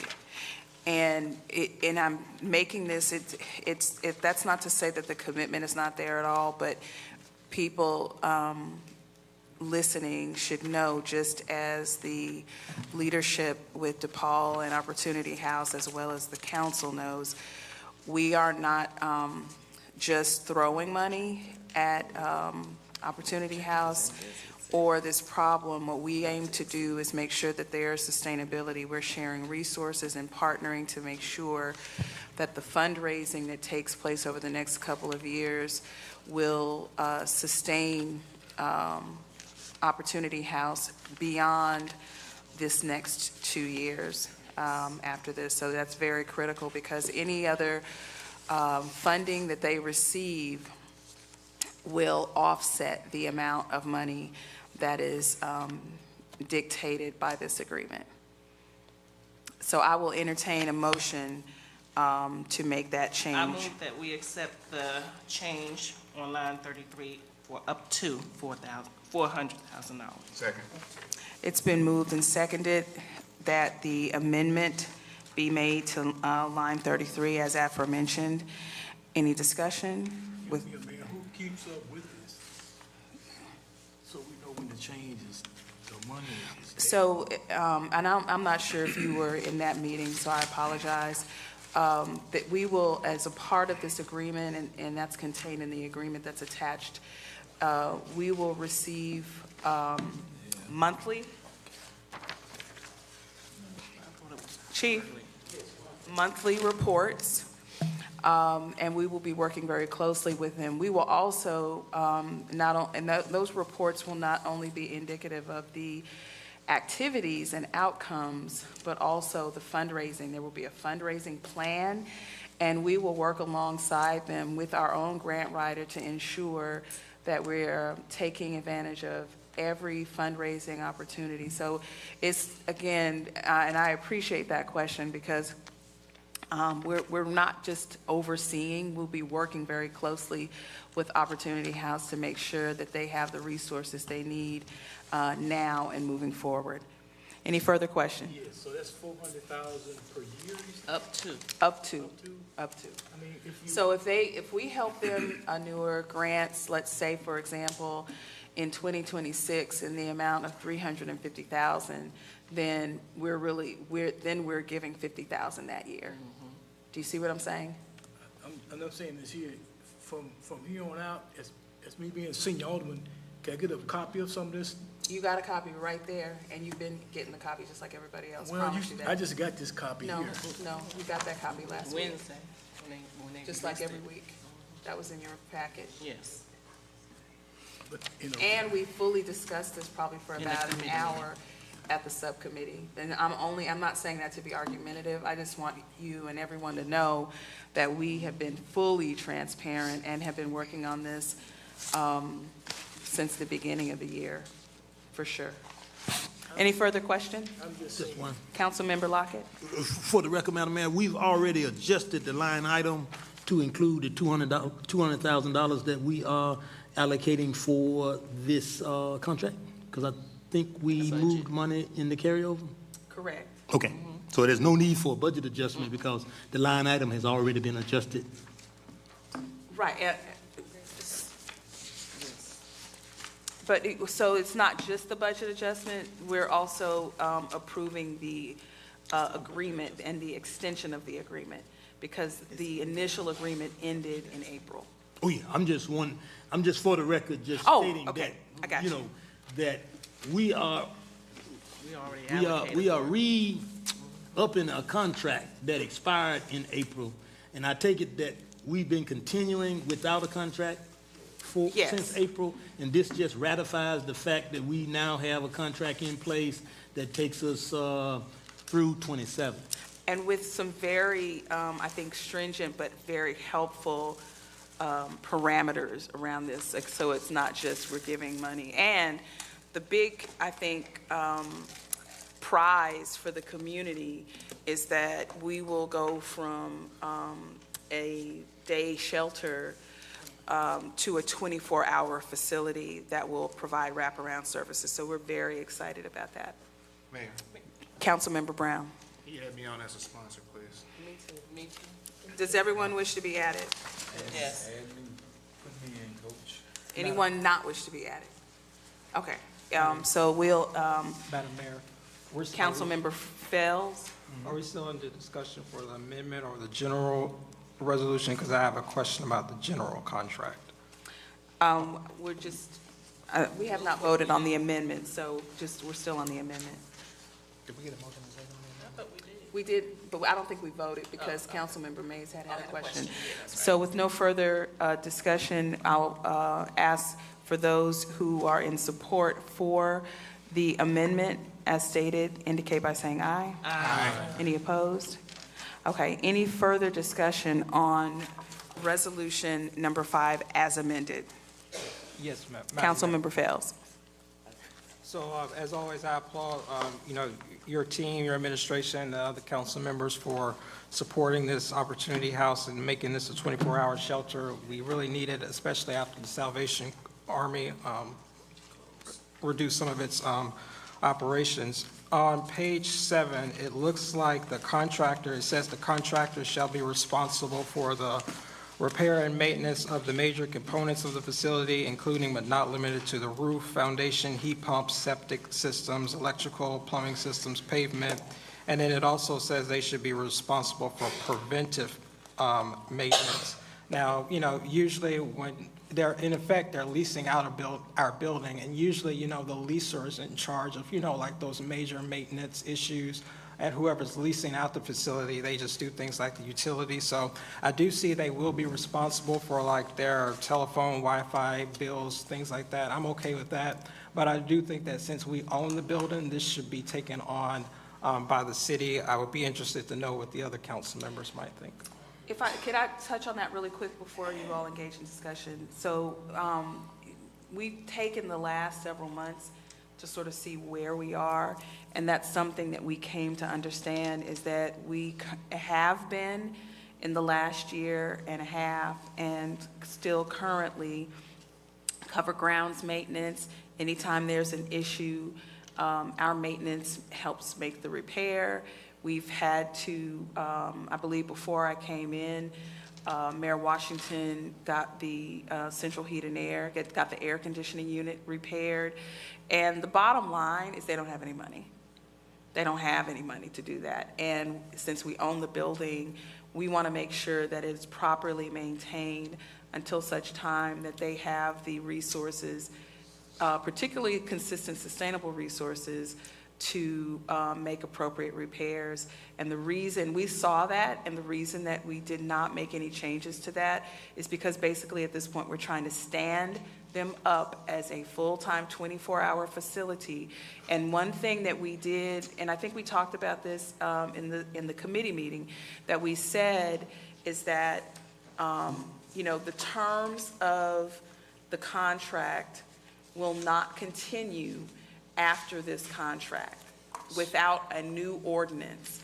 And that at this juncture, what we're committing to is to continue what we've been doing, paying the utilities, providing the space, taking care of that space in terms of the grounds work, and some of the repairs we've been making. So, yeah, I completely understand that. I think you also hit on another concern I had about, in terms of their budget constraints, I didn't think that would be something that would be feasible for them.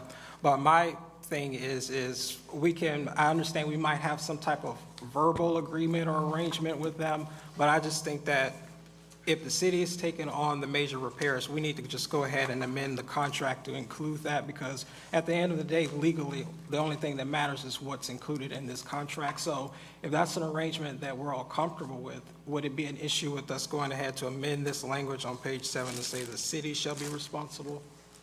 Oh, you're saying that it doesn't say that? Yeah, it says the contractor shall be responsible.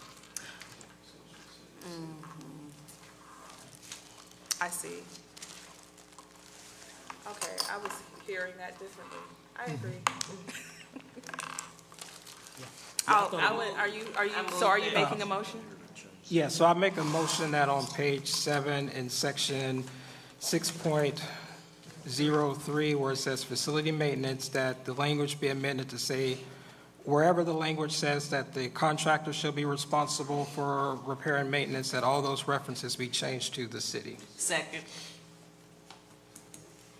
It's been moved and seconded. I'm sorry, with the exception of, I guess, okay, but make the motion and then we can discuss it. So I'll wait for a second. With the exception of. Well, before we make the motion, there is another part in here where it says the contractor shall be responsible for improvements or damages that they cause. So I don't know if the council would like to make an exception for that. There's a lot of smaller things in here.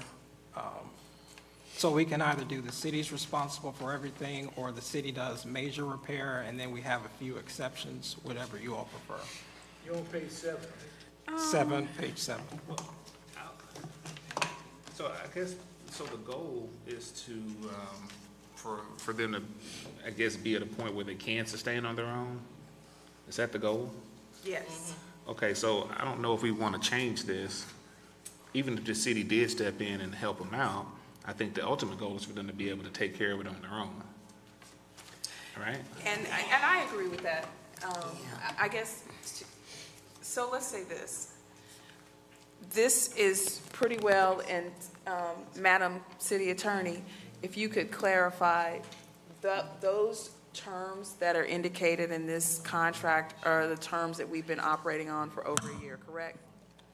Yes, and they're going to have someone review this contract. Have they already had someone review it? Because this would be their argument, really, not our argument for them.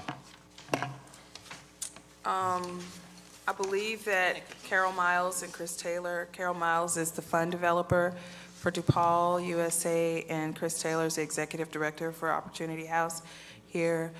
Would either of you or both of you like to comment on this at this time? Thank you, Mr. Taylor.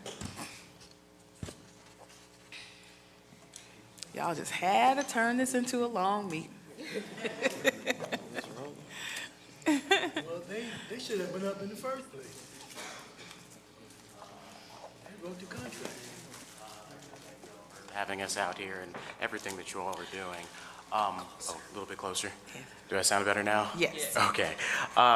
So about this maintenance contract, right now, the idea is for us after this 2-year period to be at the point where we're able to stand on our own 2 feet with supplemental help from the city to be able to help us get along. And to get to that point, I think right now how the language is currently, I'm not too sure if it should be amended too much, but having the city right now taking care of our current maintenance issues, it's ideal at this point.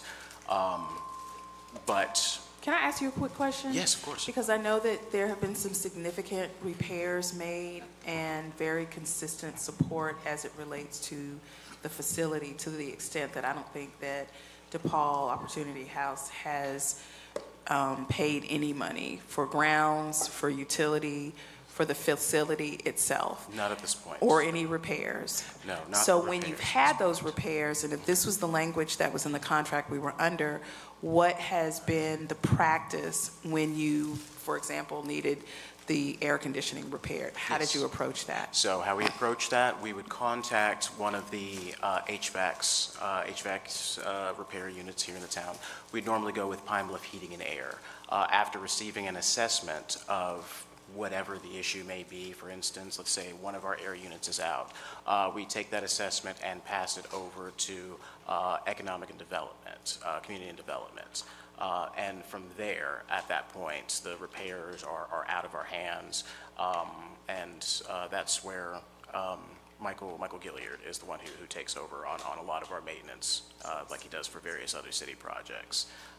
So basically, you've contacted the city. Yes, we've to contacted take care the of city. it. And have you had any issues thus far with the city handling those expenses as it relates to utilities, the groundskeeping, repairs, or preventive maintenance? No, we haven't had any issues so far. Basically, anytime that we have contacted the city, we've received a pretty prompt response from one of the city maintenance officials to come out, assess the situation, and to promptly make a decision on what to do next.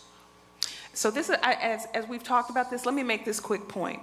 Since we are going to be working with them over the next 2.5 years to stand them up, to help them become sustainable,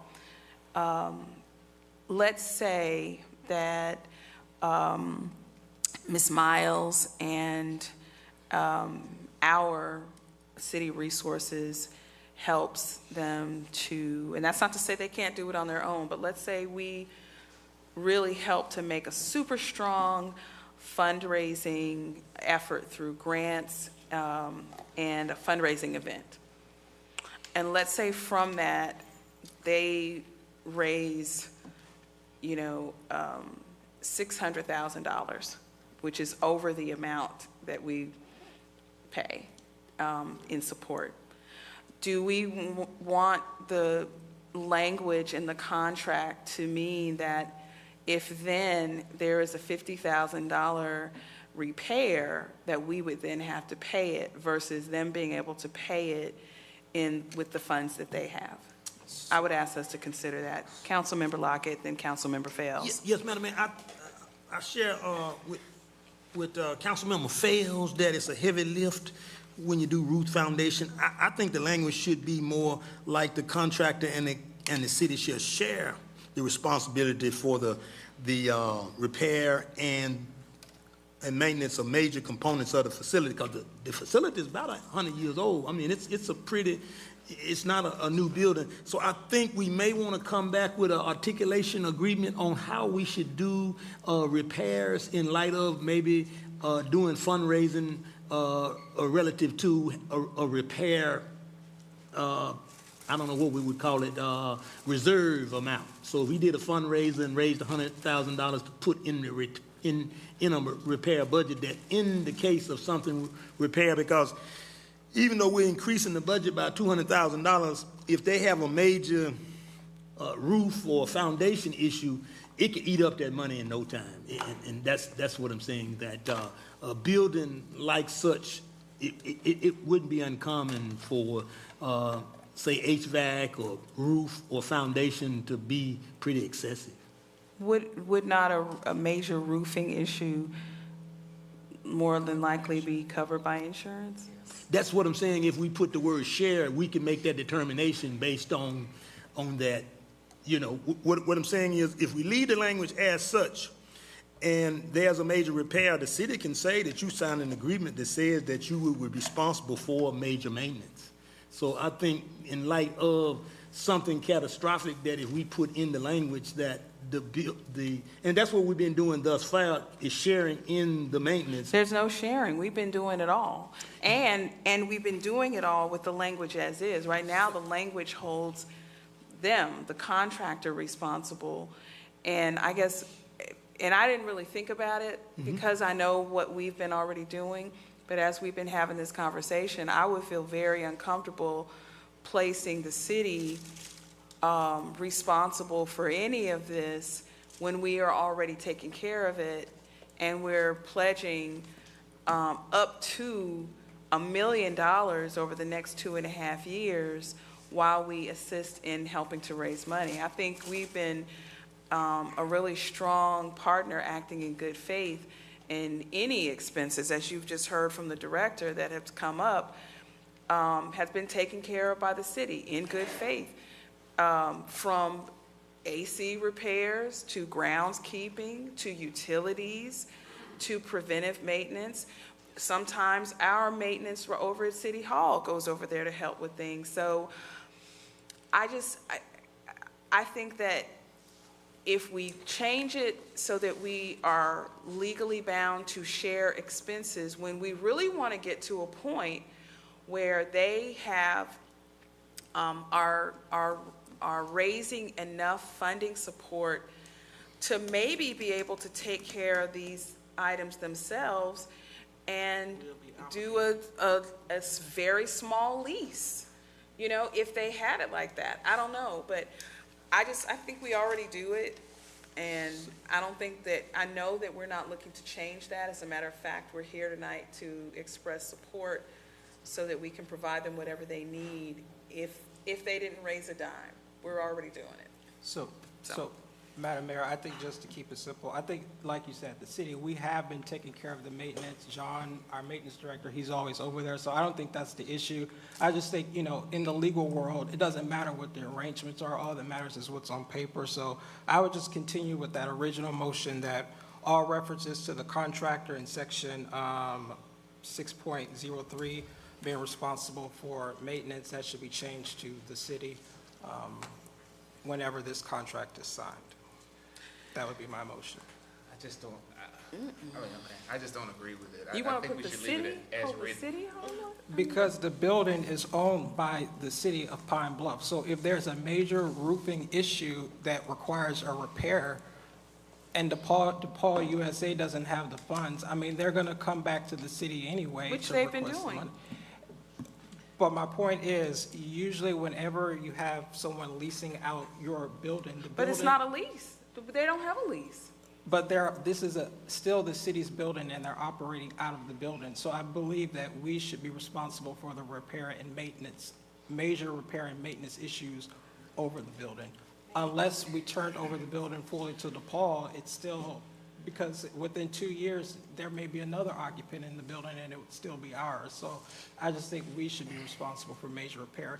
And I don't see what the issue is if, like everyone is saying, we've been doing it all along. I think what we would be doing is holding DePaul completely harmless to reside, and anyone who comes in there to reside in the building and not be responsible for anything, and legally hold us responsible if we changed it when we're already responsible. But there are other provisions in the contract where they are going to be compelled to report different issues. There are other provisions in the contract where they have to make sure that their occupants are not damaging the property.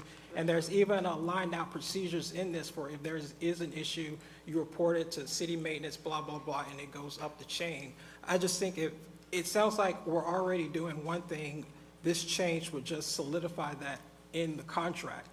Because in the contract, it says that DePaul shall be responsible for major repairs. So the change would be, we're going to make the city legally liable for anything that happens when we're not there.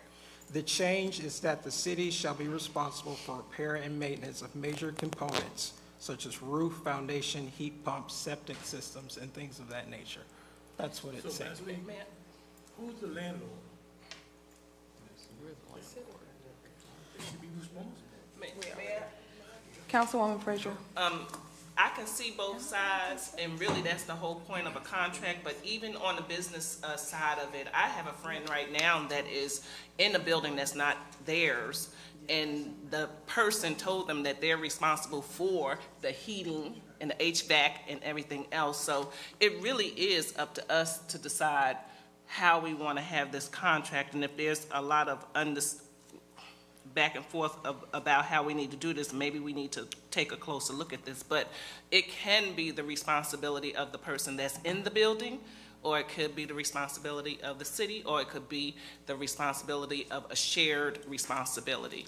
So it's just. Can I ask Madam City Attorney to weigh in on this in terms of the implications? And I'm asking this noting, based on her previous remarks, that, you know, this has been an agreement that DePaul reviewed and had no problem with. So, Madam City Attorney, would you mind giving us your recommendation and thoughts about changing this, putting the legal, 100% of legal liability to do all things maintenance and repairs on the city of Pine Bluff? My recommendation would be to allow the contract to remain as it is. One of my concerns is that we've committed to $200,000 this year, $400,000 in 2 subsequent years. And if we don't require, if this is not a requirement, and they can get up to $400,000, we don't know if they'll use it for salaries or what they'll use that money for. So at least they'll be obligated. Those resources, if they don't have sufficient resources, then we're helping them. But if we just leave that $400,000, just kind of, they could use it as they choose.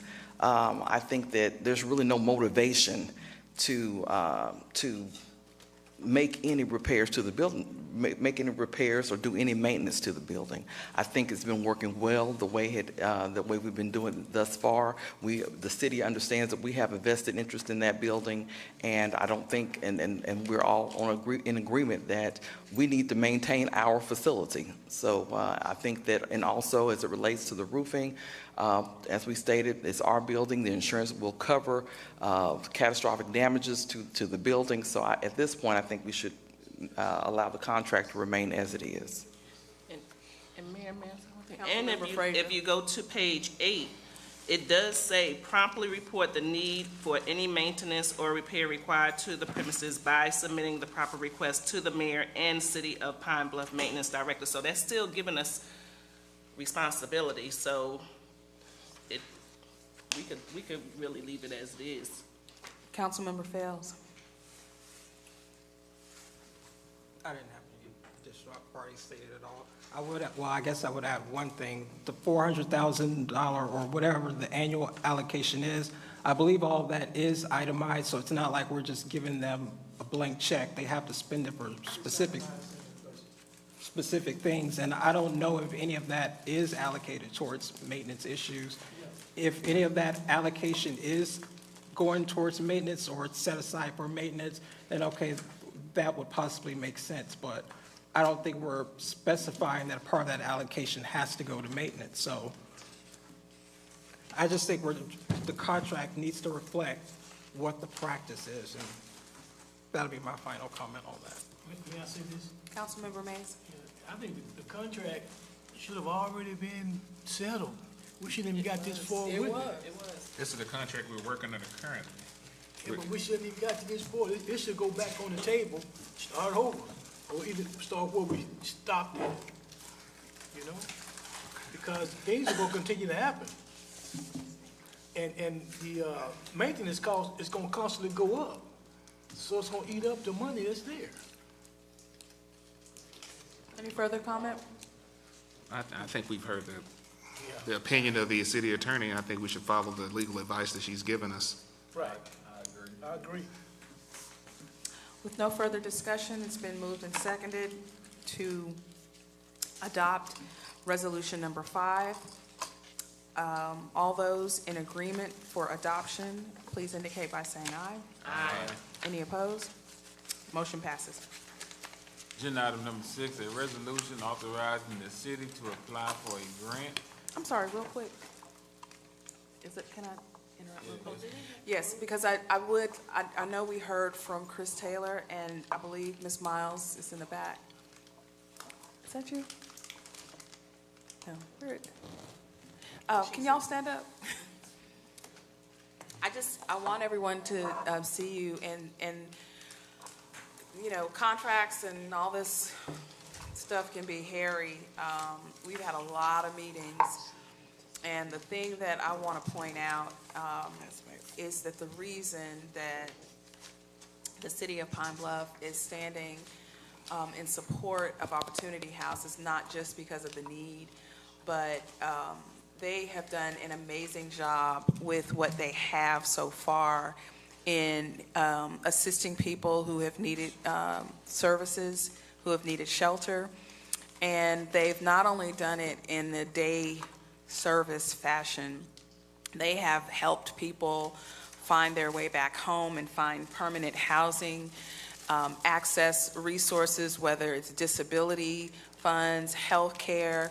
They are doing God's work in this community in helping the least of these. And so I did not want this evening to end without thanking you for that work and thanking you for sticking with us while we flesh out all the details in terms of how we can transition Opportunity House to a full-service 24-hour facility. Thank you.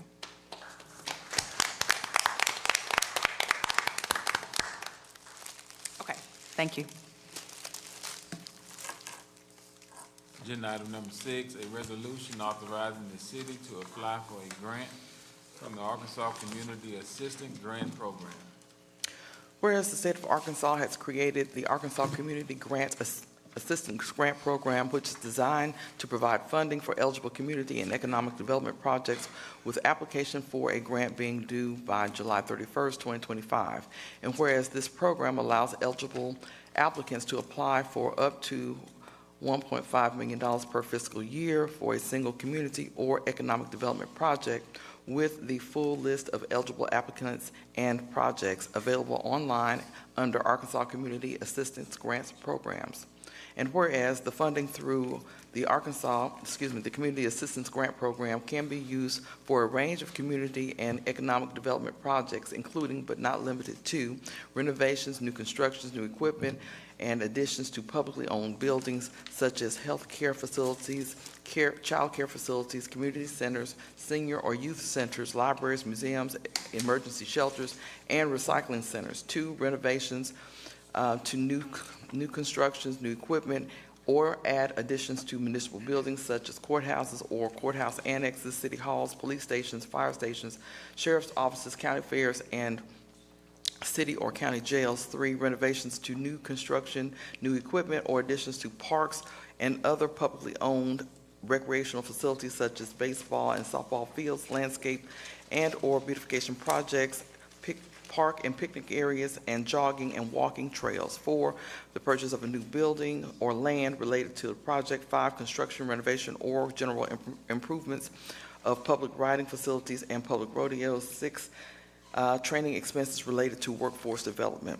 And whereas the mayor should be authorized to apply for a grant through the program. Now therefore be it resolved by the City Council of the City of Pine Bluff, Arkansas, that the mayor is authorized on behalf of the city to submit a grant application for grant from the Arkansas Community Assistance Program, and to do the necessary steps and complete the needed documents to comply with all requirements for consideration to be awarded a grant by the state of Arkansas. Move for adoption. Second. It's been moved and seconded that resolution number 6 be adopted. Any discussion? All those in agreement that resolution number 6 be adopted indicate by saying aye. Aye. Any opposed? Motion passes.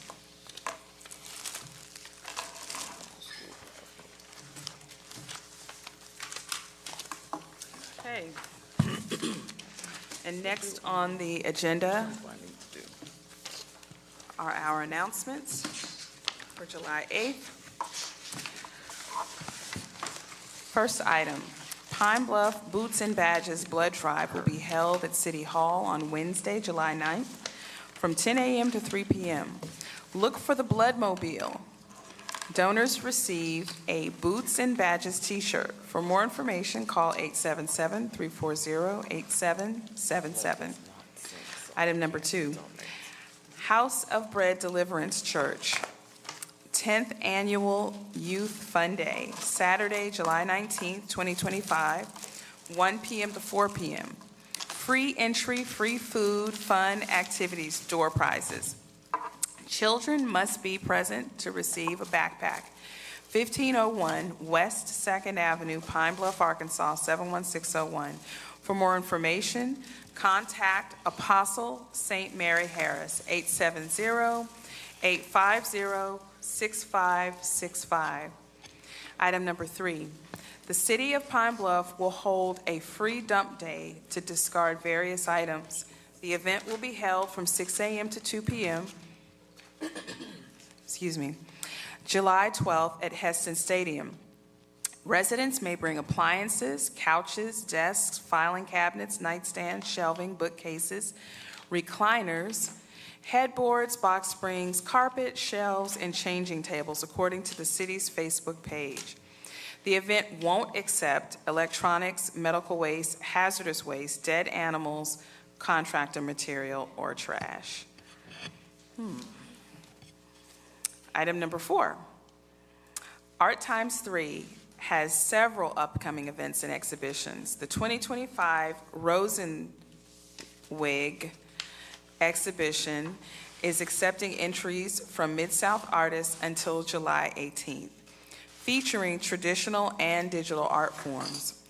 Upcoming exhibitions: Brian Wolf, Strange Awakening, July 24th through November 15th, 2025.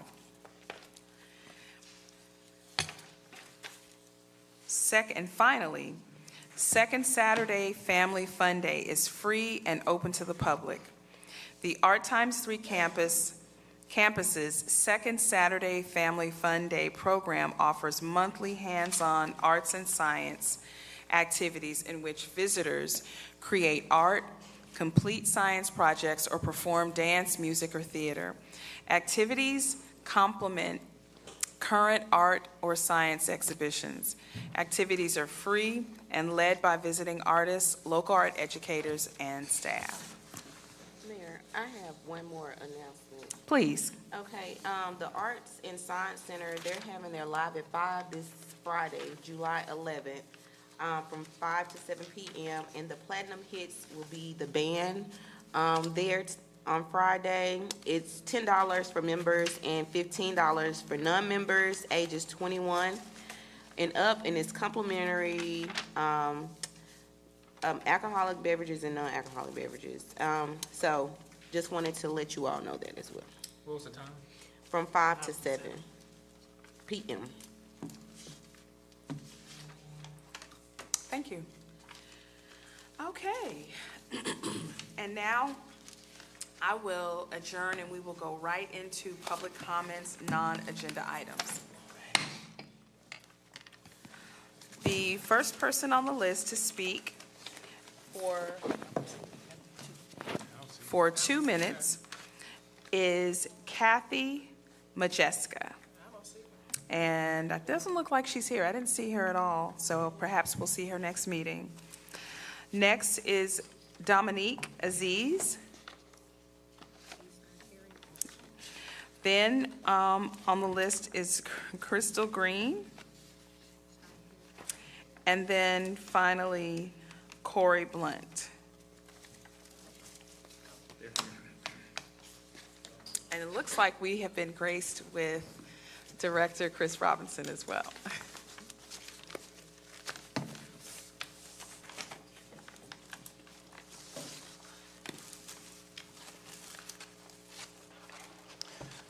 Good evening, Mayor Flowers. Good evening. Council.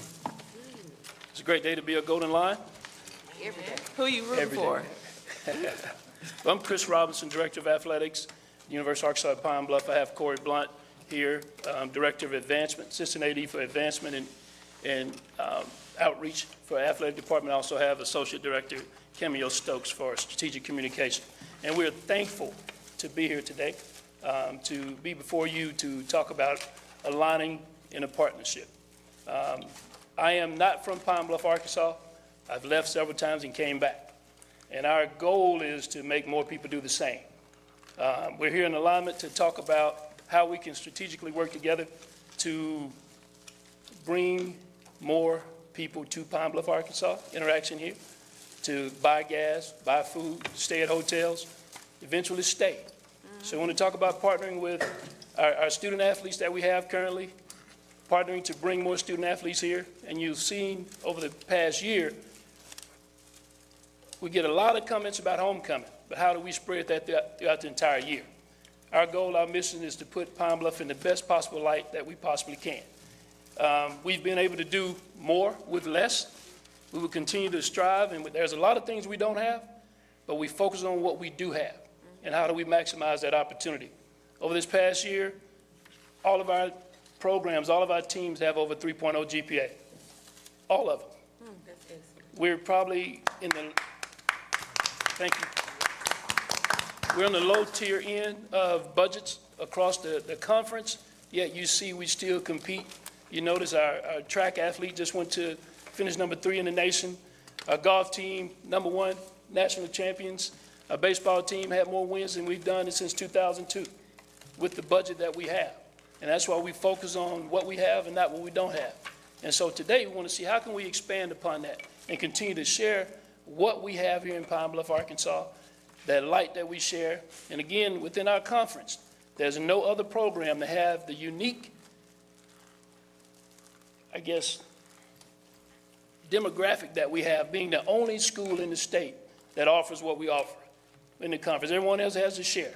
We want the light on Pine Bluff, Arkansas, within here in Arkansas, and we need help in terms of showing everybody what we have to offer. So I'm going to have Mr. Blunt share. Thank you. Thank you. I'm going to have Mr. Blunt share some of the things and talk about our partnership more in detail. Good evening to the City Councilman. I'm from Pine Bluff as well. When I say Little Rock, I'm sorry about that, but I'm originally from Pine Bluff, Arkansas as well. Had the opportunity to come back and join the team with A.D. Robinson, and I'm definitely appreciative of that. So we wanted to provide you a quick introduction about the things that we're trying to get done from the athletic world. The University of Arkansas Pine Bluff respectively presents just a 5-year partnership proposal, requesting a $50,000 annual investment from the city of Pine Bluff. This is a $250,000 commitment. Will directly support infrastructure upgrades, NIL, athletic branding initiatives, recruitment tools, academic resources, youth outreach, and city-focused community programming. Our goal is to build a lasting, impactful collaboration that benefits student athletes, energizes the Pine Bluff economy, and strengthens the civic pride. Okay, so for us to be transparent on this situation, our job will be to provide an annual impact presentation to the Pine Bluff City Council at the end of each fiscal year. This presentation will include detailed analytics, photos, videos, testimonials, and also provides a performance matrix in reference to the NIL engagement statistics, attendance increases in all our sports events, recruitment improvements, social media and digital reach data, and then community event outcomes and participation. And we will also provide a printed and digital annual report summary to all board members. So this is a few things that we're planning on doing when being transparent with this gift, or with this gift that we received from the City Council. And then also, just funding allocations may be adjusted annually based on most pressing needs and priorities that arise throughout the academic and athletic year. So that means that the money could change here and there just because of different needs and different things needs to be taken care of. Real quick, our core investment, I know we only got 2 minutes, so I'm trying to be real quick with this. With $50,000 annual gift, funds will be used to support the following initiatives. $15,000 of it will be used for facility enhancements, $10,000 NIL development, $7,500 uniform updates, because that's one of the biggest things in athletics. You got to stay up to date when it comes to uniforms. That's what the student athletes love, so we have to be able to keep that up to date. $7,500 will go to community engagement, $5,000 to marketing and game day experiences, $5,000 to academic support. And then the next thing, the benefits for the city of Pine Bluff. We feel like it will be a prominent branding exposure, youth development throughout the club day and mentorship programming, economic growth through expanded event hosting and game day activations, national recognition, modernized stadium infrastructures, strengthening brand identity, and then also, if you skip down a little bit further, you'll see where it says expanded media reach. One of the things that the SWAC is big on is being transparent with our community and with our fans by using the SWAC Digital Network broadcast, which will stream over to 1.2 million annual viewers across ESPN+, HBC Go, and the SWAC mobile application. So those are the things, the tools that we'll use to get the name out and get the word out about our collaboration and our partnership. Exclusive city partner benefits will be 2 Black Chair season tickets. That can always change. And then the annual AD luncheon invitation, recognition on university platforms and donor walls, and then a custom presented by the City of Pine Bluff sponsor acknowledgement on major events like homecoming, our spring game, our kickoff classic, and then possibly coming up with a classic that's called the Pine Bluff City Classic. So that'd be one of our games that'll be themed and named behind Pine Bluff. So those are some of the things we're planning on doing with the funds. And then also, you can see it says annual program highlights, which give you somewhat of a breakdown of what we're planning on doing per year. You can see where it breaks it down from 2025 to 2026, and you can see on further down. And then other opportunities that we'll be planning on doing is creating the Pine Bluff Golden Lion Week, which is a citywide celebration. We'll do a high school sports media internship. Summer youth camps will be something that we'll be big on trying to bring back to the university as well, which we should be familiar with some of that, I know, because summer sports was one of the things I grew up going to as a kid.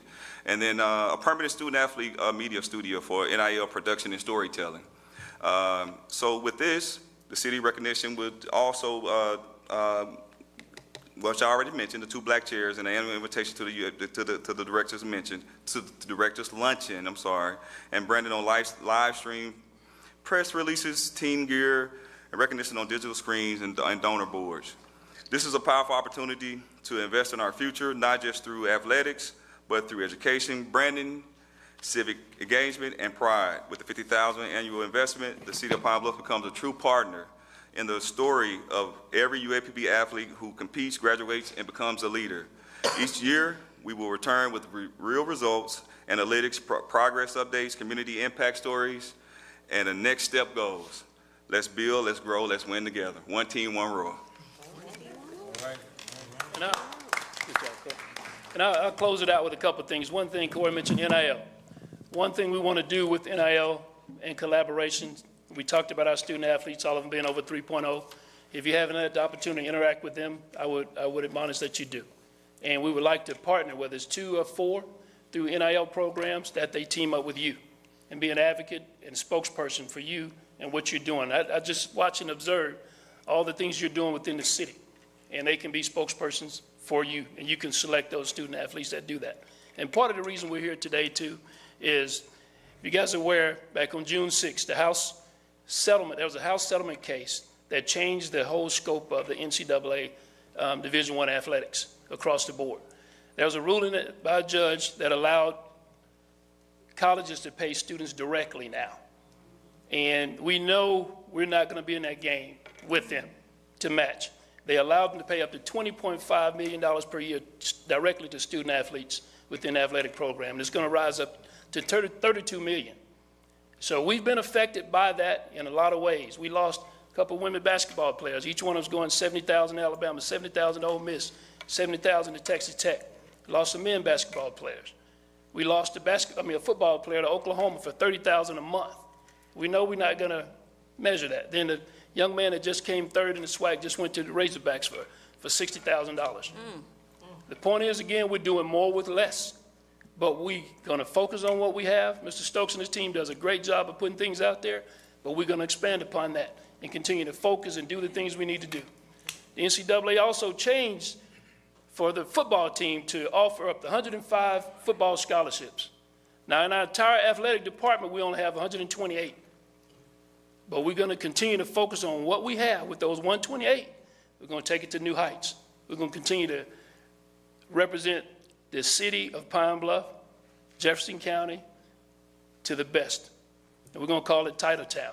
With your support, we ask you to team up with us as we continue to push and fight and represent that Golden Line strong. And appreciate what you do. And thank you. Can I make a point? Go ahead. Ladies first.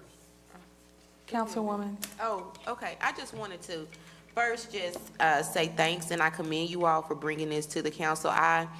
I will always be a forever Golden Line and an advocate of partnerships, and I do know that we have to and we need a stronger partnership with the university and the city, right?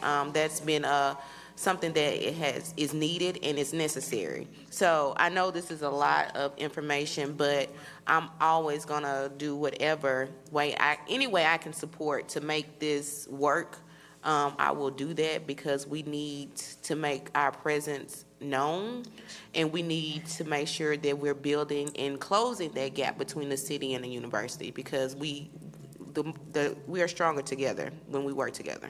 Thank you. Yes. Hey, thank you all. You know, I'm an 83 graduate UAPB. Now I'm the alderman in the ward. You know, so I stayed in Pine Bluff and to reach my goals. I'm a goal setter. Still, I love UAPB, love what you all are doing. I'm gonna go the line, you know, really. Whatever I can do from the city council to help you all, you got my vote. No questions asked. Councilman Lockett. Thank you so much for coming to this. A.D. Robinson, we're going to consider this, and we're going to talk about it, and we're going to do all we can to partner with the university. I'm a 94 graduate and former employee of the UAPB, and great, you know, I grew up 2 blocks from UAPB, so I bleed black and gold. So we're going to do all we can to assist the university in doing this great partnership. I think one of the things we can do, Mayor, is market Pine Bluff and the University of Arkansas at Pine Bluff in the same breath as a community where one can learn, grow, work, and live. So I think we're going to work on that. I think that's something that we all can agree on. But it's going to be a work in progress, so we're going to be working with you. I'd like to say one thing, Mr. Robinson. You always Councilman say, Mays. You always say one roar. What do you One team, one roar. Tell them through the mic. Tell them through the mic. Say it again now. We're gonna roar. One team, one roar. Yeah, we need to promote that and push it with the alumni. Do more Put it on together. something. Let's push that. Any further comments? I'll just close out by saying that a partnership between the city and the University of Arkansas Pine Bluff is not only something we should do, but it's something we have to do. It's essential. And I'm not in the mindset of survival. I'm in the mindset of excellence and success.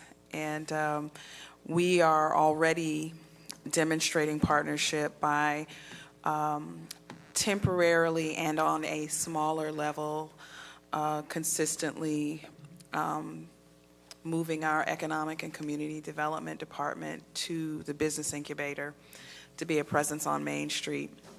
And we will maintain some of our staff there after we return to our building in a year or two.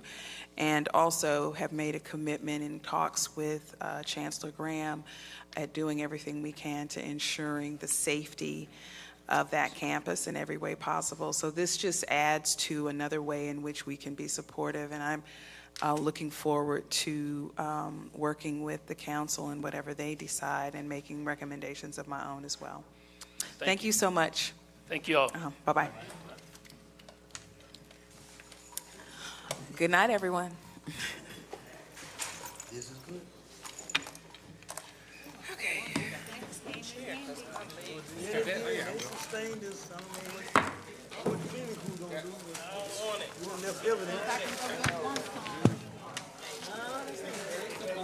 All right, you too.